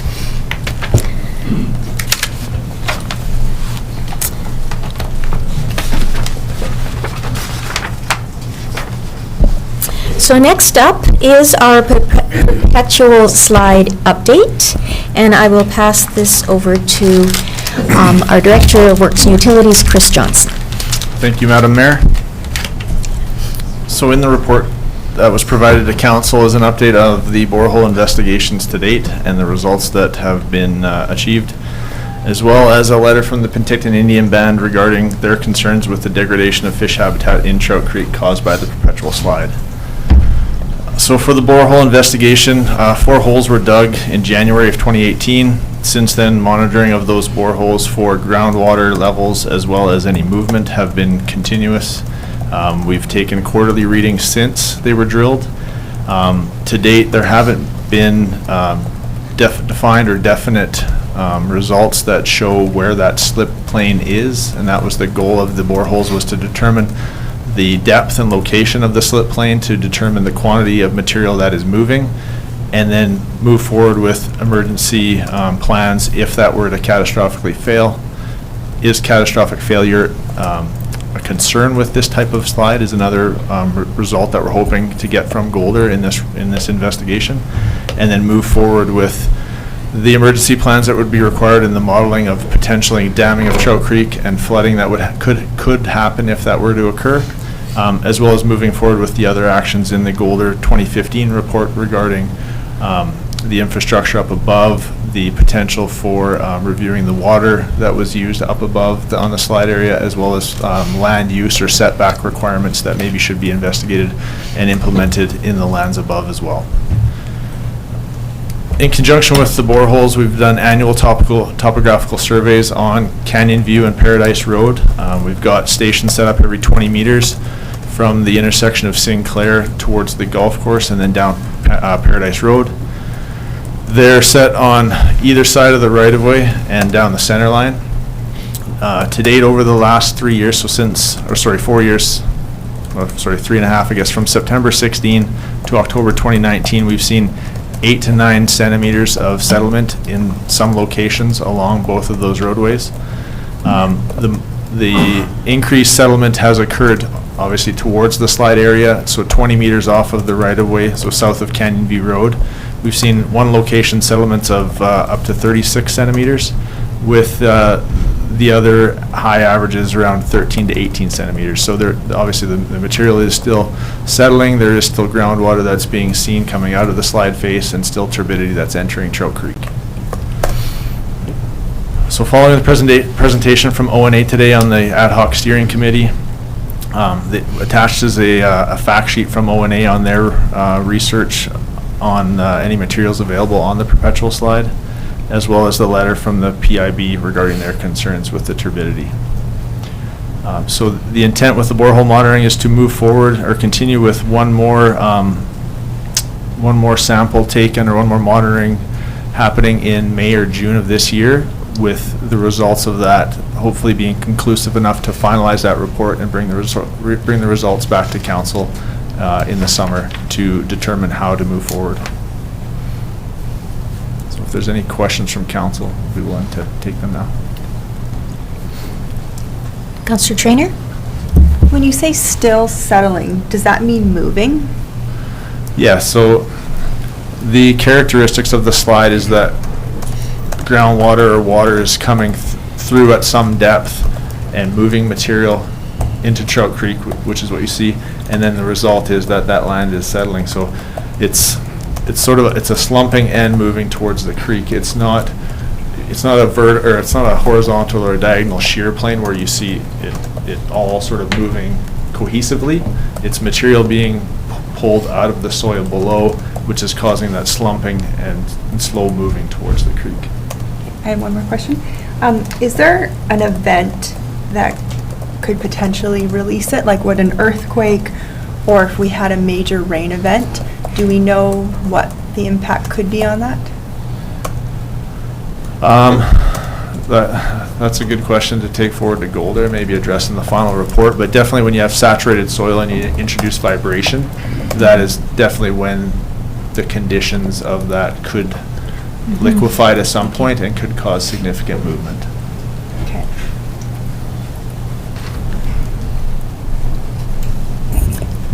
Not sure who was first here. Councillor Carlson, and then Van Elfen, and then Patton.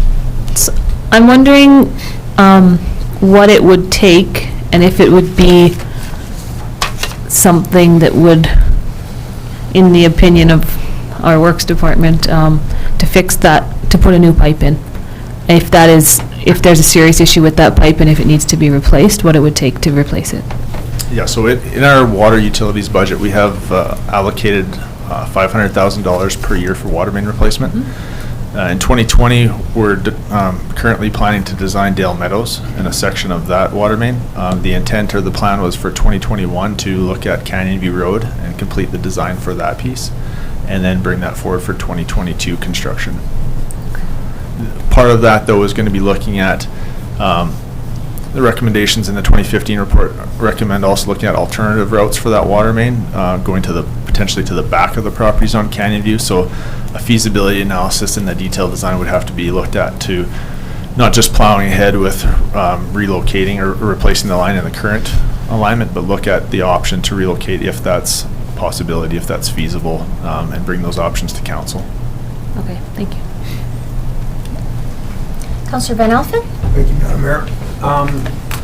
The 2 years we had the high water level, the aquifers were full, we had all the flooding in the 2-year period. Did we notice any more movement at that time? More water flow at the base, or is it hard to determine? Well, yeah, we're not monitoring water flow out of the face per se, and we are just doing the topographical surveys every year. The results were attached just to show from 20. Like, it seems to be. It doesn't seem to be changing significantly with anything that we've seen over the last 3 years. It's steady, it's progressive, it's continual, and there hasn't been one event where we've seen noticeable change that can be linked to that event. And if I may, Madam Mayor, the electronic valve shut off, if that was installed, so any significant water pressure change, it would just automatically shut the system down? Yeah, it's called a water break valve. We have that installed above Crescent Beach on the water main that goes down to that area. So yeah, exactly. If the flow or the pressure drop on either side of that is significant, it would automatically close. So is that a very expensive fix in the interim?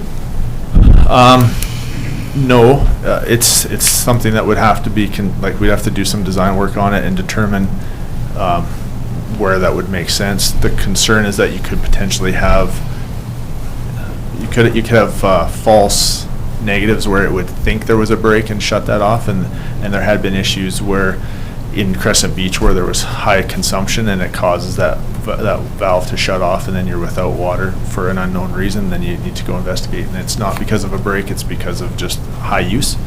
But yeah, that is something that could be investigated now, but our intent right now is to incorporate that into the detailed design in 2021. Okay, thank you. Councillor Patton, and then Holmes. Thank you, Madam Mayor. Mine's kind of a segue on Councillor Carlson.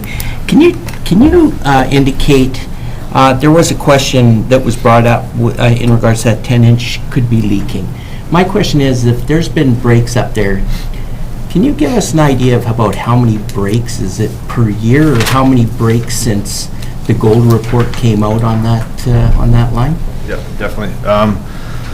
So I look back at our records from August 2012. We've had 7 water main breaks in that area. So there's been 1 in 2012, 2014 we had 1, 2017 there was 1, 2018 we had 2, and in 2019 we had 2.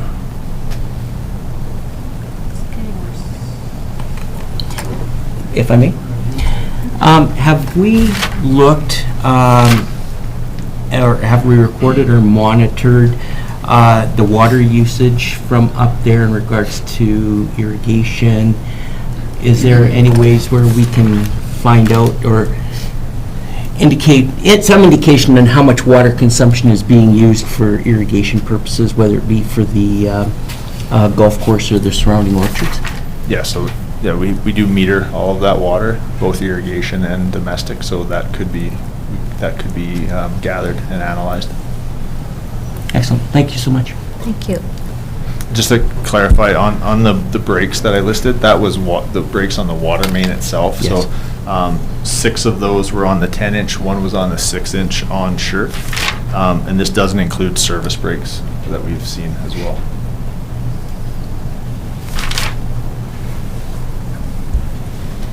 Councillor Holmes, and then Councillor Van Elfen, and then Councillor Carlson. Do we know what, I guess, the worst-case scenario would be? I mean, if it just all went and all the water mains burst and it all came tumbling down and blocked the creek up and everything, and do we know what would we do? Do we have any kind of emergency plan for all? That was the outcome of the borehole investigation. That's what we're working towards, quantifying what that catastrophic event would look like, modeling what would happen in Trout Creek as far as damming of a dam caused by that material sliding into the gorge, and then what that would mean if that were to breach and go down to Trout Creek, to the community of Trout Creek.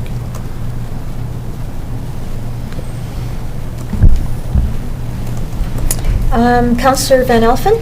Thank you, Madam Mayor. So the agricultural users are all metered. The golf course, is it metered? Dave is shaking his head no.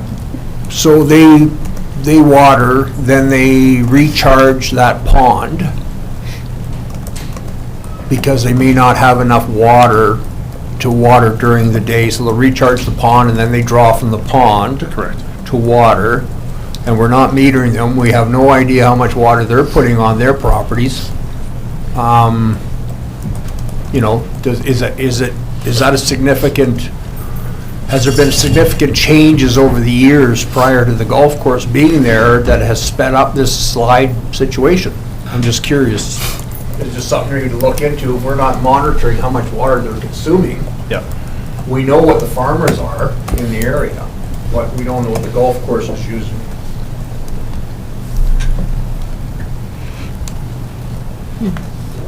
Councillor Carlson? Similar, I think we do need to have a conversation with the golf course and find out a little bit more about the pond that they have, but also I think it's worth following up on what we heard regarding a pile of sand and rock that gets dealt with every year, and whether that has any impact or not, I don't know, but I think it's worth asking that question and finding out, especially if it wasn't part of what Golder originally was looking at. So I don't know how to, I don't want to tell you to do that, but I do think we need to find out if that's going to be followed up on. Yeah, through the chair, we can, through Public Works, certainly follow up with the golf club and see what the status of the operations are out there. And would that include an investigation into how much water is being used out there? Yeah, we'll find all that out. Thank you. Councillor Barklow? I'm really surprised to hear that we don't meter the golf course. How do we charge them? We charge them a flat annual. Just a flat fee. rate based on the acreage? Yeah. Well, I wasn't aware of that.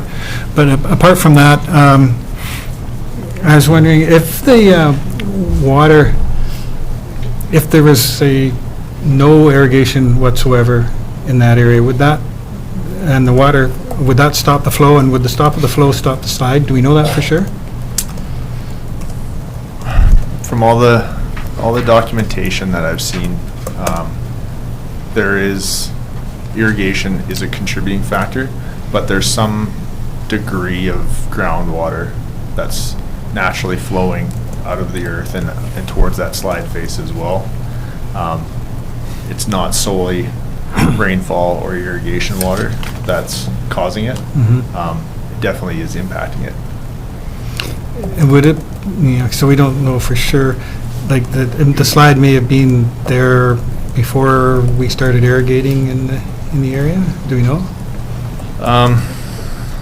We don't know for sure. There's been, even just today, I reread a a 1917 article in the Summerland Review that talked about significant movement that happened then, and there was speculation that there was speculation around it being linked to irrigation, because that's when, shortly before then, is when irrigation had increased in that area as well.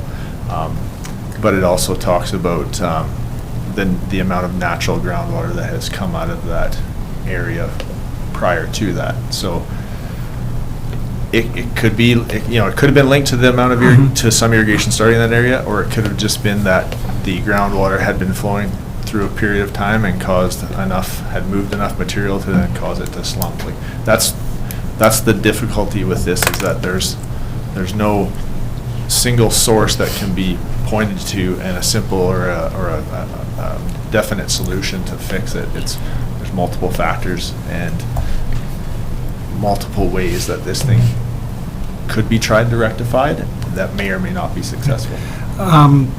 Okay, so is it within the realm of possibility, if you sunk wells down and intercepted the water at the, close to the road, is that, at all feasible? And then just let it pipe it to the lake, to the creek? That's part of our discussions that are going to happen with Golder once they get the final results from the May recordings, is going to be, what are we looking at for amount of material that's sliding? What are the groundwater elevations and volumes that they're seeing in those locations? And what are some possibilities to do exactly that, intercept it and deal with it in another way to prevent that material from ultimately making it to the creek? As was discussed in the ONA's presentation, the sediment basins could be incorporated into that design, and would basically be a designated location where the sediment could drop out of the water and then be hauled, maintained and hauled away from there. What are the cost benefits or comparisons between that and dealing with this? But I think with the other factors that are involved up above the perpetual slide, that there needs to be something at that source that needs to be determined and figured out, and just relying on dealing with it prior to the channelization or the redesign of the channelization isn't the ultimate solution that we should be going for. Can you say that again? Yeah, we shouldn't just be looking to try to capture the sediment downstream. We need to be looking at how we can stop this. Not even if you were just looking at it from what's best for the creek and the fish habitat, but we have so many other factors up above the slide that we've heard today with the houses, the infrastructure, and the issues that are there, that we need to determine a source solution at the slide. Fixing our problem might fix their problem too. Correct. Hopefully, yeah. It's interesting, I've read all the reports several times, some of them, that 77 report's interesting, and it's interesting to note that one of them makes a prediction about how far the things will move back, and it was written, I think, 88 or whatever, and it's so accurate. It's like, they said, I don't remember the number, a meter a year, it's going to creep back, and that's exactly what's been happening, and so it's not going to stop until we do something. I want to jump in here for a second, because I haven't had an opportunity to ask my question. Chris, I'm wondering if there is any reasonably up-to-date groundwater mapping in that area. Like, do you know where the groundwater is? I have not seen anything, no. Well, the province is working on getting groundwater mapping done for the entire province, so hopefully that area will be included as well. I just have another question for our CAO. Actually, this is for Chris, I guess, as well. I'd like to hear from both of you.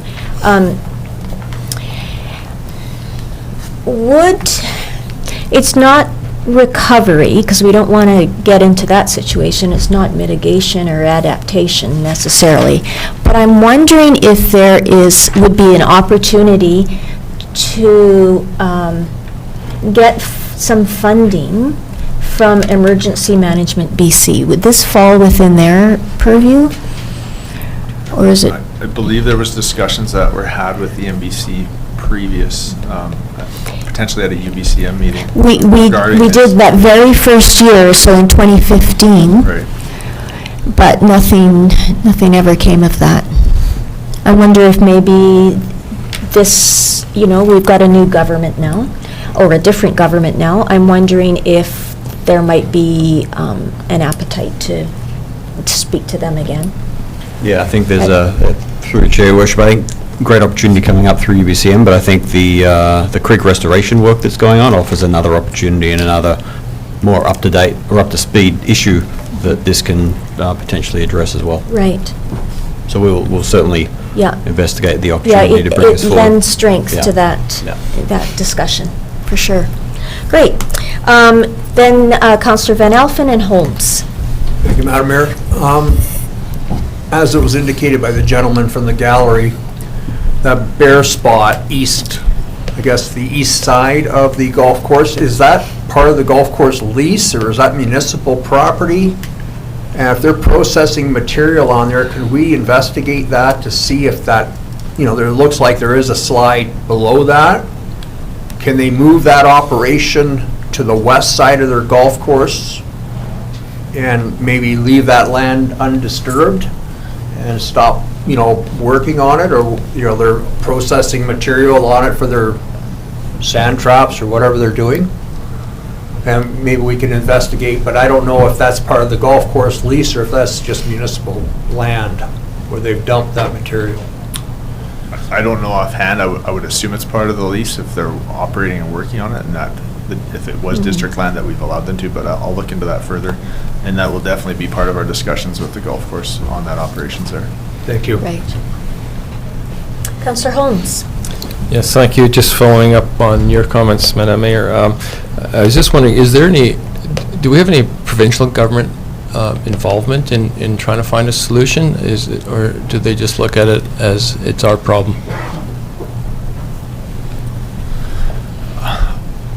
I believe that was the previous discussions that were had, was that currently we haven't engaged anyone from the ministries recently to have another look or to question if they should or shouldn't be involved. I think it's definitely something that could be asked and lobbied potentially at UBCM, but I would agree that it's something that's happening within our boundaries that may or may not be made worse by irrigation within our boundaries, but there's, I think, a huge natural element to it.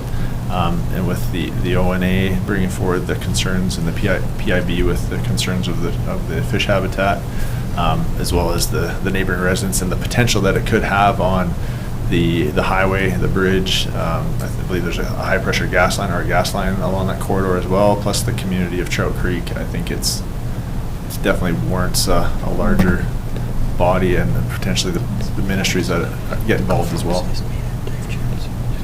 Yeah, so I think it's something we need to keep the pressure on at UBCM, for sure. Yes. And then just as a follow-up to that, presumably the discussions with Golder, they'll be looking at any kind of possible solution, such as maybe what the Carltons were talking about, terracing and vegetation and that sort of thing. Presumably all those sort of things will be considered? Yeah. At this point, it's just going to be looking at all possible options to deal with it, and then we'll assign and determine the associated costs and bring those forward to council for discussion. Just 1 second. Could you remind me when when you expect to get the final document?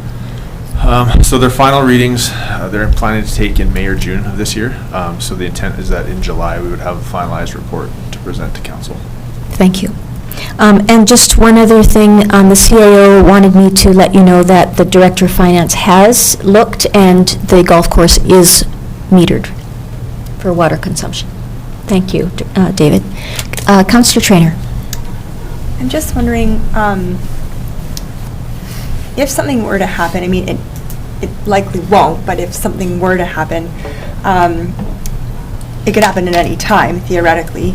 Would it be worthwhile for us to put in some kind of monitoring downstream that could monitor a sudden water level drop?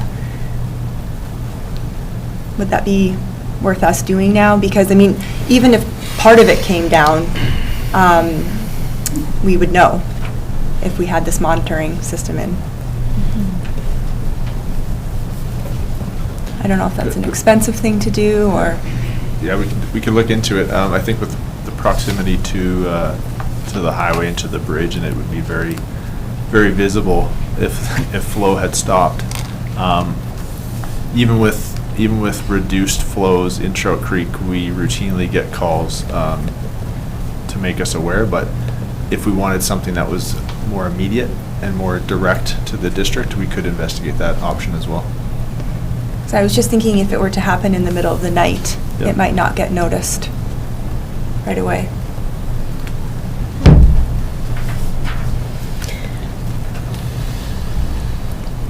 Anyone else have burning questions of Chris or the CAO?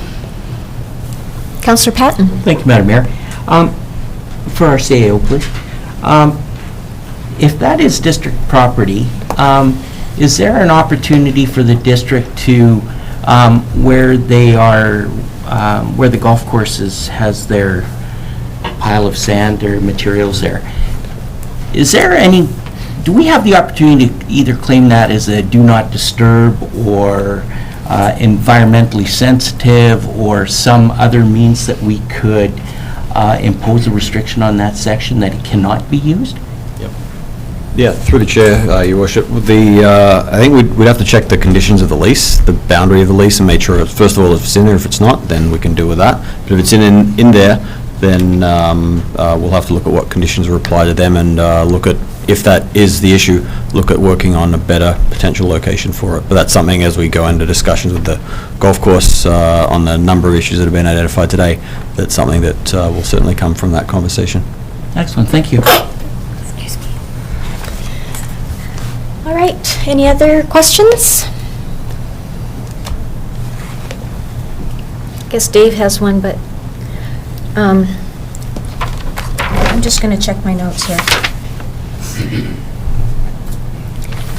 See if I wrote down a note, a question.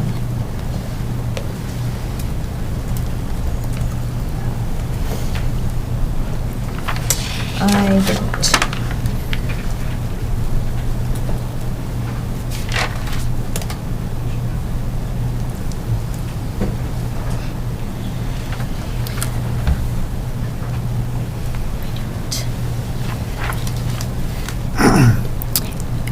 Perhaps at the end of the meeting, I haven't written down anything. I have written down things that you and Allison said, but we have another opportunity at the end of our meeting for public comment. If you could maybe address us again then. Councillor Barkle. Yeah. I thought I read, when I went over things on the weekend, a list of the people, the groups and the people involved. And I can't seem to find that now. Has anything changed in the report, or where did I see that list? Are you talking about the O&A? Well, I looked back at the O&A one, and it had a list of groups, but it didn't say people. And, I don't know. Anyway, the list of the organizations is encouraging, too. I just was looking for something that I thought I'd read. Yeah, I read it too, with names. Oh, it could have been the information that our CAO passed along to us about a month ago No. when we were first talking? No? Or maybe, maybe, yeah. It's too fresh in my brain too. Yeah. I know, I've seen it as well. I think it may have been in that email with the information. Okay, could I have someone bring forward this, I think it's just for information. Yes, to receive this update for information. Councillor Patton and Councillor Van Elfen. Any further discussion? Okay, all in favor? Oh, Councillor Traynor. I just have one more question. So how often will we be getting updates on this, on the side, just as something happens, or will they be quarterly? Yeah, through the chair, certainly with the report that's being completed, we'll be bringing council, I assume, an update on the report itself, but through our quarterly updates to council, we'll be able to provide an update. It'll be an ongoing work plan item under works and utilities that we'll be able to provide an update to council on. Okay, thank you. That's really good to hear. Okay, all in favor? All right. On to 6.2, final community energy and emissions reduction plan. I will pass this over to Tammy Rothery. Thank you, Madam Mayor and Council. As mentioned in your package, the culmination of the work on the Community Energy and Emissions Plan is here and ready for your consideration for adoption. As a reminder, the draft plan was presented to Council at the November 25th meeting, and then we were invited back to come in January to go through the actions in a detailed way. In between that time, we also held an open house on December 4th and referred the plan to Simon Fraser University for their comments. The feedback from all of those sessions was very good, and no significant changes were made to the plan. Updates that were made include adding some clarity and additional language to some of the actions. Council had made some comments during their meeting that were quite helpful in that regard. We also added a projected costing scale for each action, an adaptation and resiliency linkages evaluation, and some overall formatting to improve readability.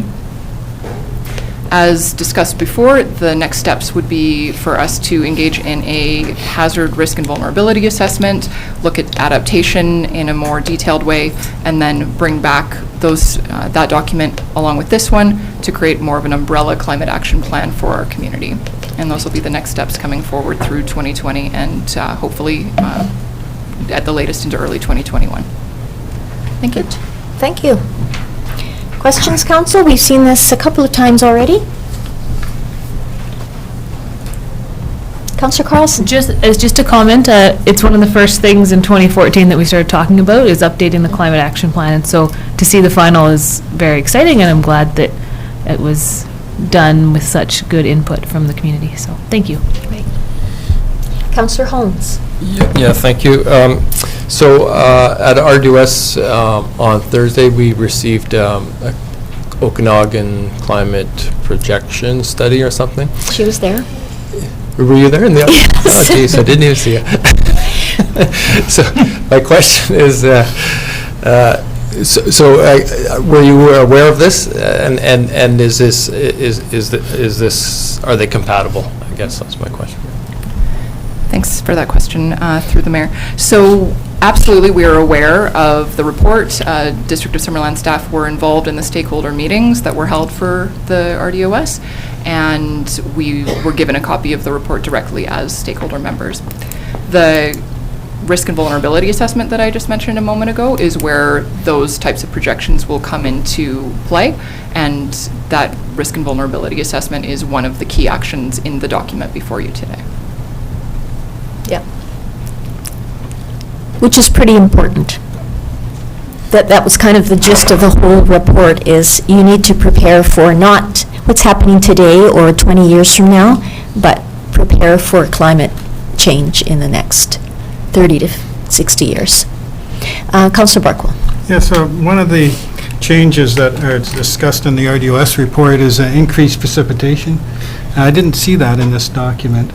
And it would affect our infrastructure. I think dry summers and increased precipitation in the winter is good and bad in that we might have more water consumption in the summer, but we'll also need more water storage. So that's a climate impact here on our infrastructure that we should be looking and considering with, our storage capacities and looking at it from a climate change point of view. And as I say, I didn't see that in this document, though those of us around the table are sort of aware of it in our heads. The other one for the Director of Public Works,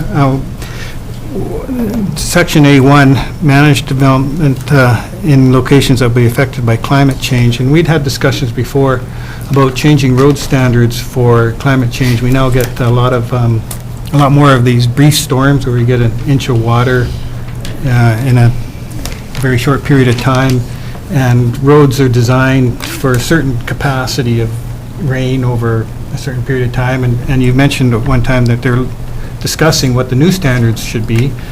Has anything come along, like has Cartwright Hunter's Hill been done to a new standard which would take into account these increased short-term rain events? Yeah, definitely. So that's the issue with this now, is that the stormwater design and roadway design was all based on historical data.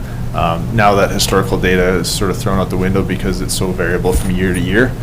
What we're seeing is a safety factor put on the numbers that were used based on historical numbers. So anywhere from 10% to 40% increase in either storm duration or frequency is what's being used in the modeling to account for that. But it's still, like I said, relatively unknown, highly variable. But that is the type of safety factor that's put onto those designs. So, and this is what we're currently doing now in Summerland, is increasing those? Yeah, like, so Hunters Hill, for instance, there was an extensive stormwater management report and design that was done there, and those were the factors that were included in that. So over-designing, but not sure what that target should be exactly, but it's set at a percentage above what was used in the past. And there hasn't been anything yet through engineers, geoscientists of BC that we've seen to date on recommendations on what to include. It's been a safety factor, and we've seen in that, like I said, in that range of 10 to 40%. How do we get some quantitative information of what it should be? It's, climate scientists going to be any help to us? Yeah, and that's what that professional association is working on as well, is trying to determine what that new standard should be. Thanks. Any other questions? All right, so this is for adoption. It's been through a number of readings and community engagement. Could I have somebody bring that forward for adoption? Councillor Carlson? Councillor Holmes, thank you. Any further discussion or questions? All in favor? Great, thank you. 6.3, investing in community, age-friendly approaches to creating a vibrant Summerland. So this was tabled from an earlier meeting, and Angelique Wood. Thank you, Madam Mayor and Council. So it was way back in the winter of 2018 that staff were asked to look at age-friendly grant opportunities through UBCM. We did receive the grant, and in late 2018 put out a call to the community for the beginning of an age-friendly advisory committee formed of community members. We, in early spring of 2020, worked with, sorry, I gotta get, I'm trying to make this computer do what that one's supposed to be doing.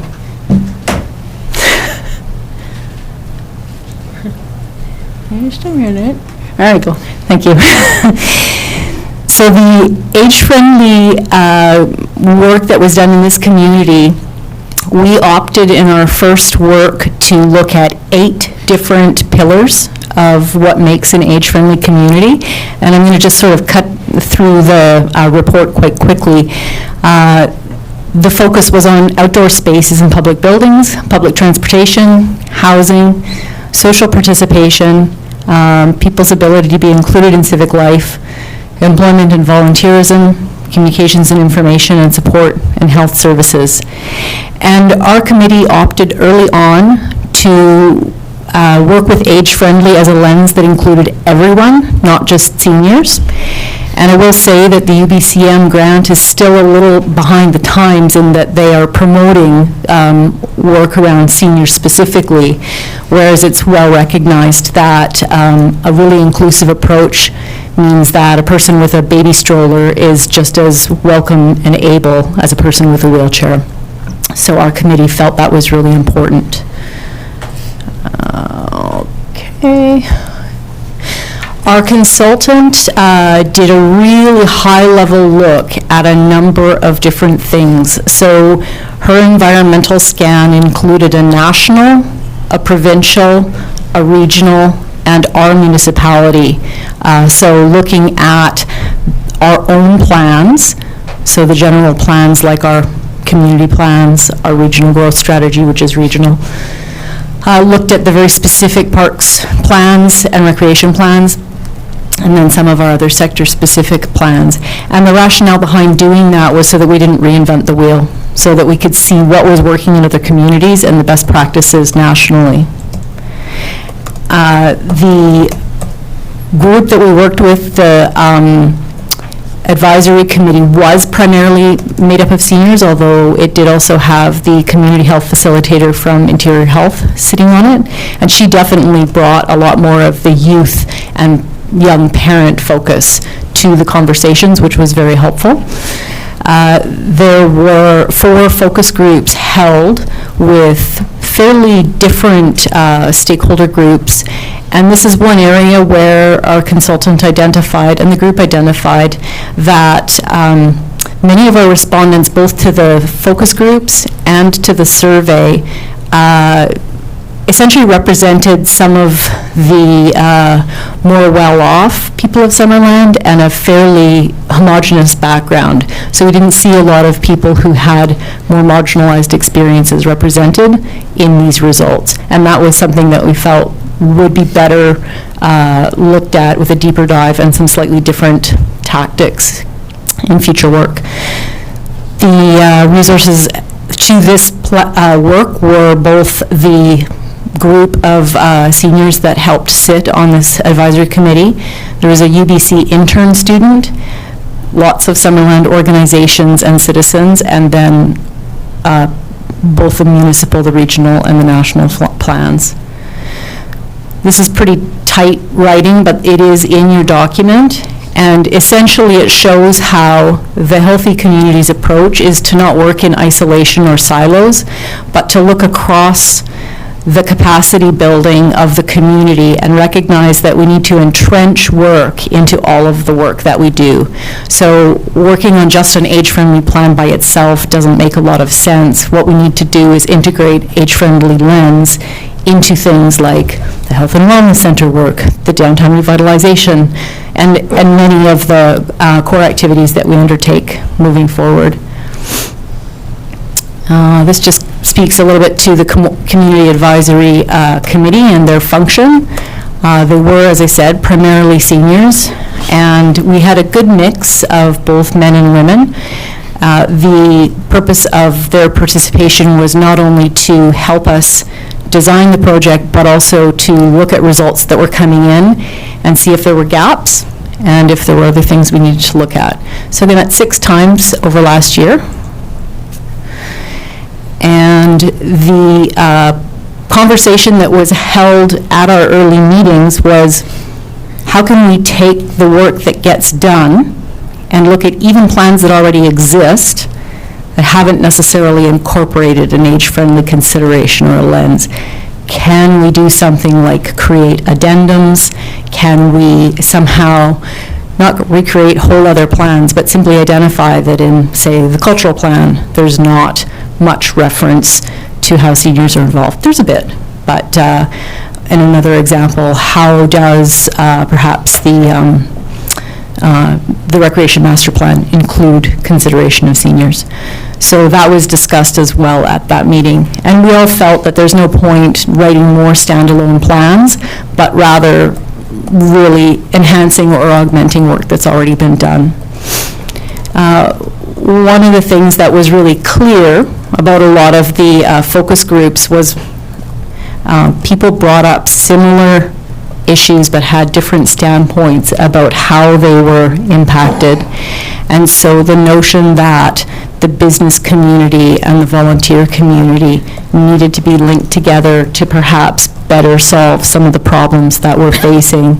Our consultant talked to us about the idea of how collective impact works, that you get a number of the groups working on the same issue at the same time, finding ways to push the problem forward. And I've included a statement here that was around housing, which there were quite a few quotes in the report. But housing is one of the major considerations that was brought up during this planning process. There are a lot of elderly people who know their housing situation will be changing, or they're experiencing less ability, but they want to continue to live where they live. So certainly as we look at affordable housing options coming forward, And as we look at different ways to sort of crack this nut, I think applying that age-friendly lens in that way is going to be really important. And this is to bring this report forward for, just to receive for information, and I'm happy to answer any questions you may have. Thank you. Question, or Councillor Holmes? Yes, thank you. So you said that there's no need to create another plan, but it's about incorporating age-friendliness, I guess, into existing plans. But the recommendation in the report is to create a age-friendly community action plan. So I'm a bit confused. Yeah, so in terms of the work that we do at the district, we have a number of solidly chosen directions coming for the next year. And the action planning work is something that can easily be integrated into that work. When this report was first written in December, it was while a lot of work at the district was being done. So the consultant had identified a singular purpose going forward, but we did discuss the option of working with the work that will be done by the district. So to follow up, so that sounds great. When we talk about the focus groups and the community cafe and everything like this going forward, I guess I'm struggling a bit to find out, what more information we get out of those that we won't already get from the survey that was completed for this report, and for some of the other work that we're doing, like the downtown plans. So I just I don't necessarily see why we want to do even more of that kind of engagement when we're already, when we can incorporate age friendliness into the other engagements that we're already doing, no? And then I think that would be the hope, that you do incorporate age-friendly into that other work. It's easy for it to get lost. Yeah. Yeah, okay, thanks. We haven't seen it happen yet, so now would be a good time to start. Yes, at the beginning of this engagement process. I have a question. It's not really, well, it's kind of related to this. You have here that you're referring to this as phase 1. Was there some discussion before about applying for grant funding for the next phase? There was. So late in December, I brought forward, when the consultant was here to talk about dog parks and pickleball, we were fast approaching the funding deadline, which was going to occur before the next meeting where the final report would be adopted. So at that point, I had mentioned that we had a funding application deadline coming, which I think it was January 17th, and this final report that I had to submit was not due until the end of January. So we had some skirmishes around deadlines and dates to kind of propose bringing forward to council.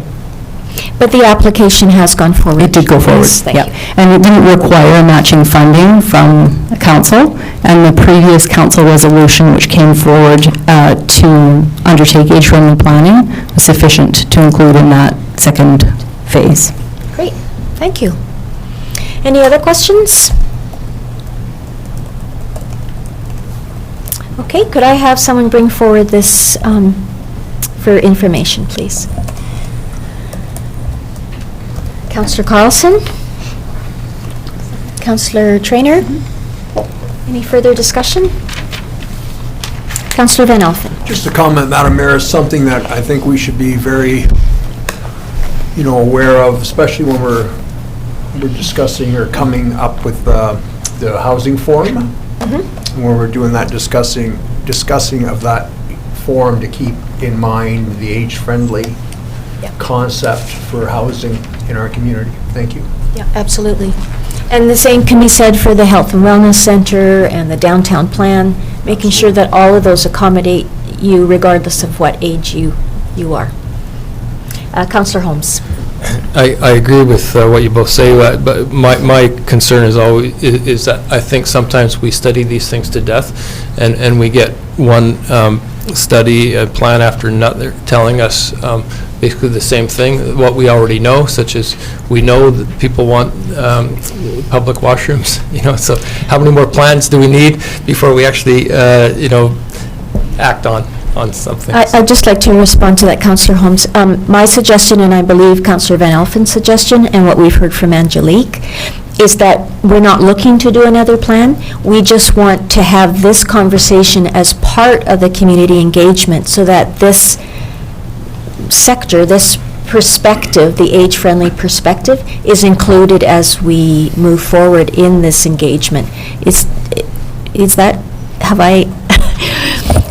That is my perspective. I just want to make sure that that's what you are saying as well. That's my perspective, too. Okay, good. The most important thing in all of this grant funding opportunity is to raise awareness of an approach that is not necessarily taken. We're certainly getting there, but access to all and inclusion of people with differing needs or abilities, including those that are marginalized because of poverty or because of mental health issues, those are all things that were not commonly discussed even a decade ago.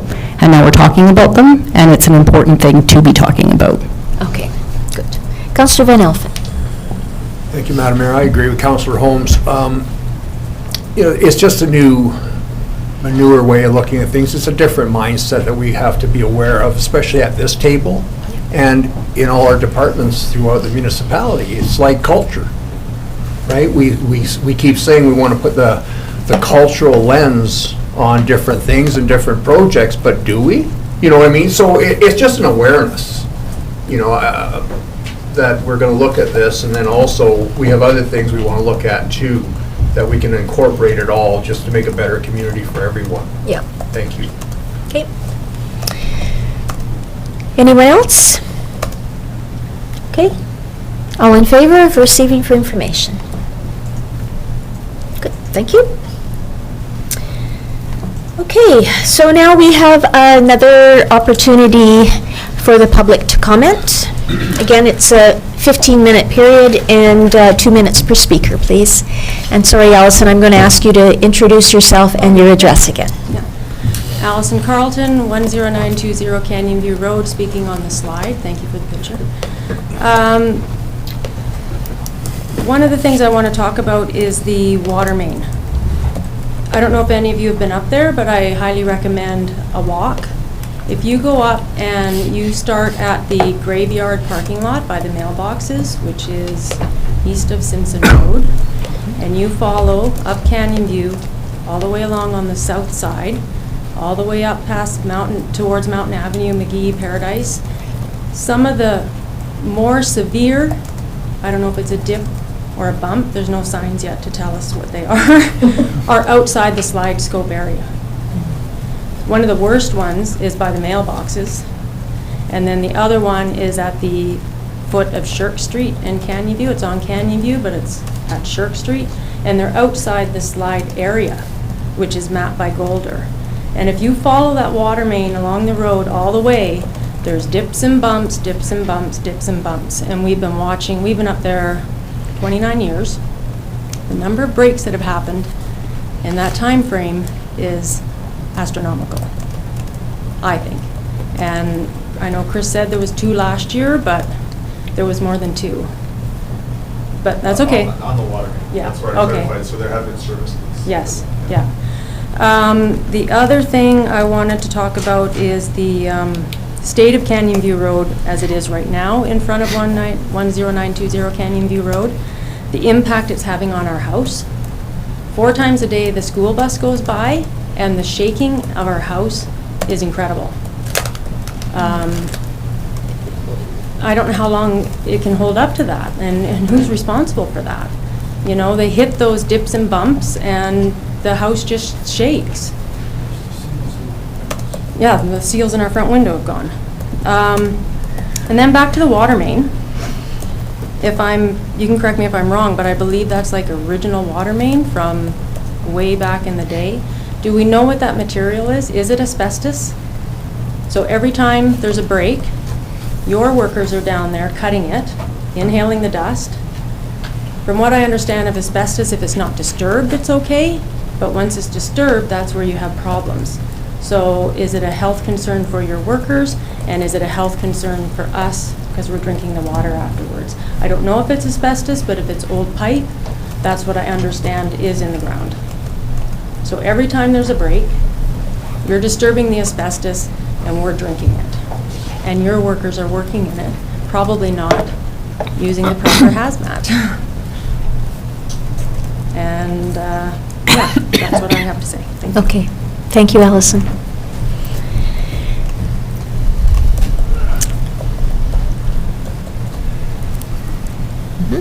Ron McDowell, 4208 Shirk. On the water on the below you want to monitor it, can I highly suggest going down now before it thaws? And there's been no irrigation on for the winter, right? And you will see the water running out of the hill right now. So it sort of eliminates all your questions you've been asking here today. So if you go down at this time of year before the thaw and you get more of a runoff, you can see what is going on down at the bottom of the hill where it's getting into the creek. Thanks.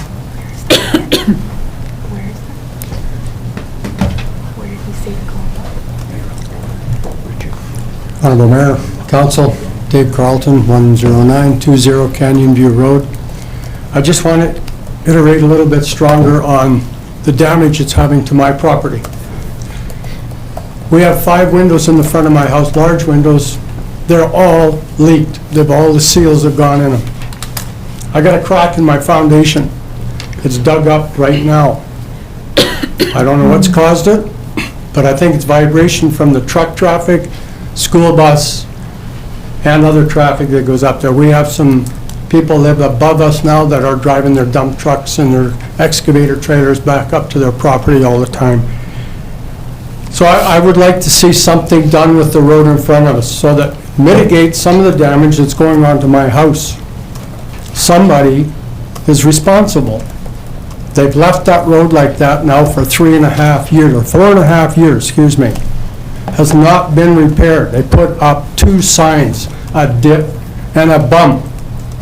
That's not good enough. I pay taxes here. I want something done in front of my house. If it was your place, you'd be doing the same thing. In fact, if you want, I'll trade your properties for a while.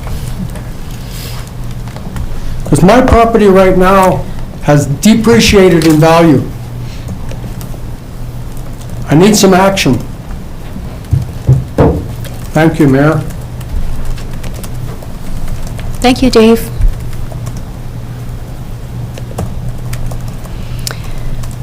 Okay, anybody else care to comment? And I don't see any media here, so I won't ask them if they have questions. I think it's time to go into a closed meeting, so could I have a resolution to do so? Councillor Van Elfen and Councillor Patton, all in favor? Great. Thank you for your interest this afternoon. Yes.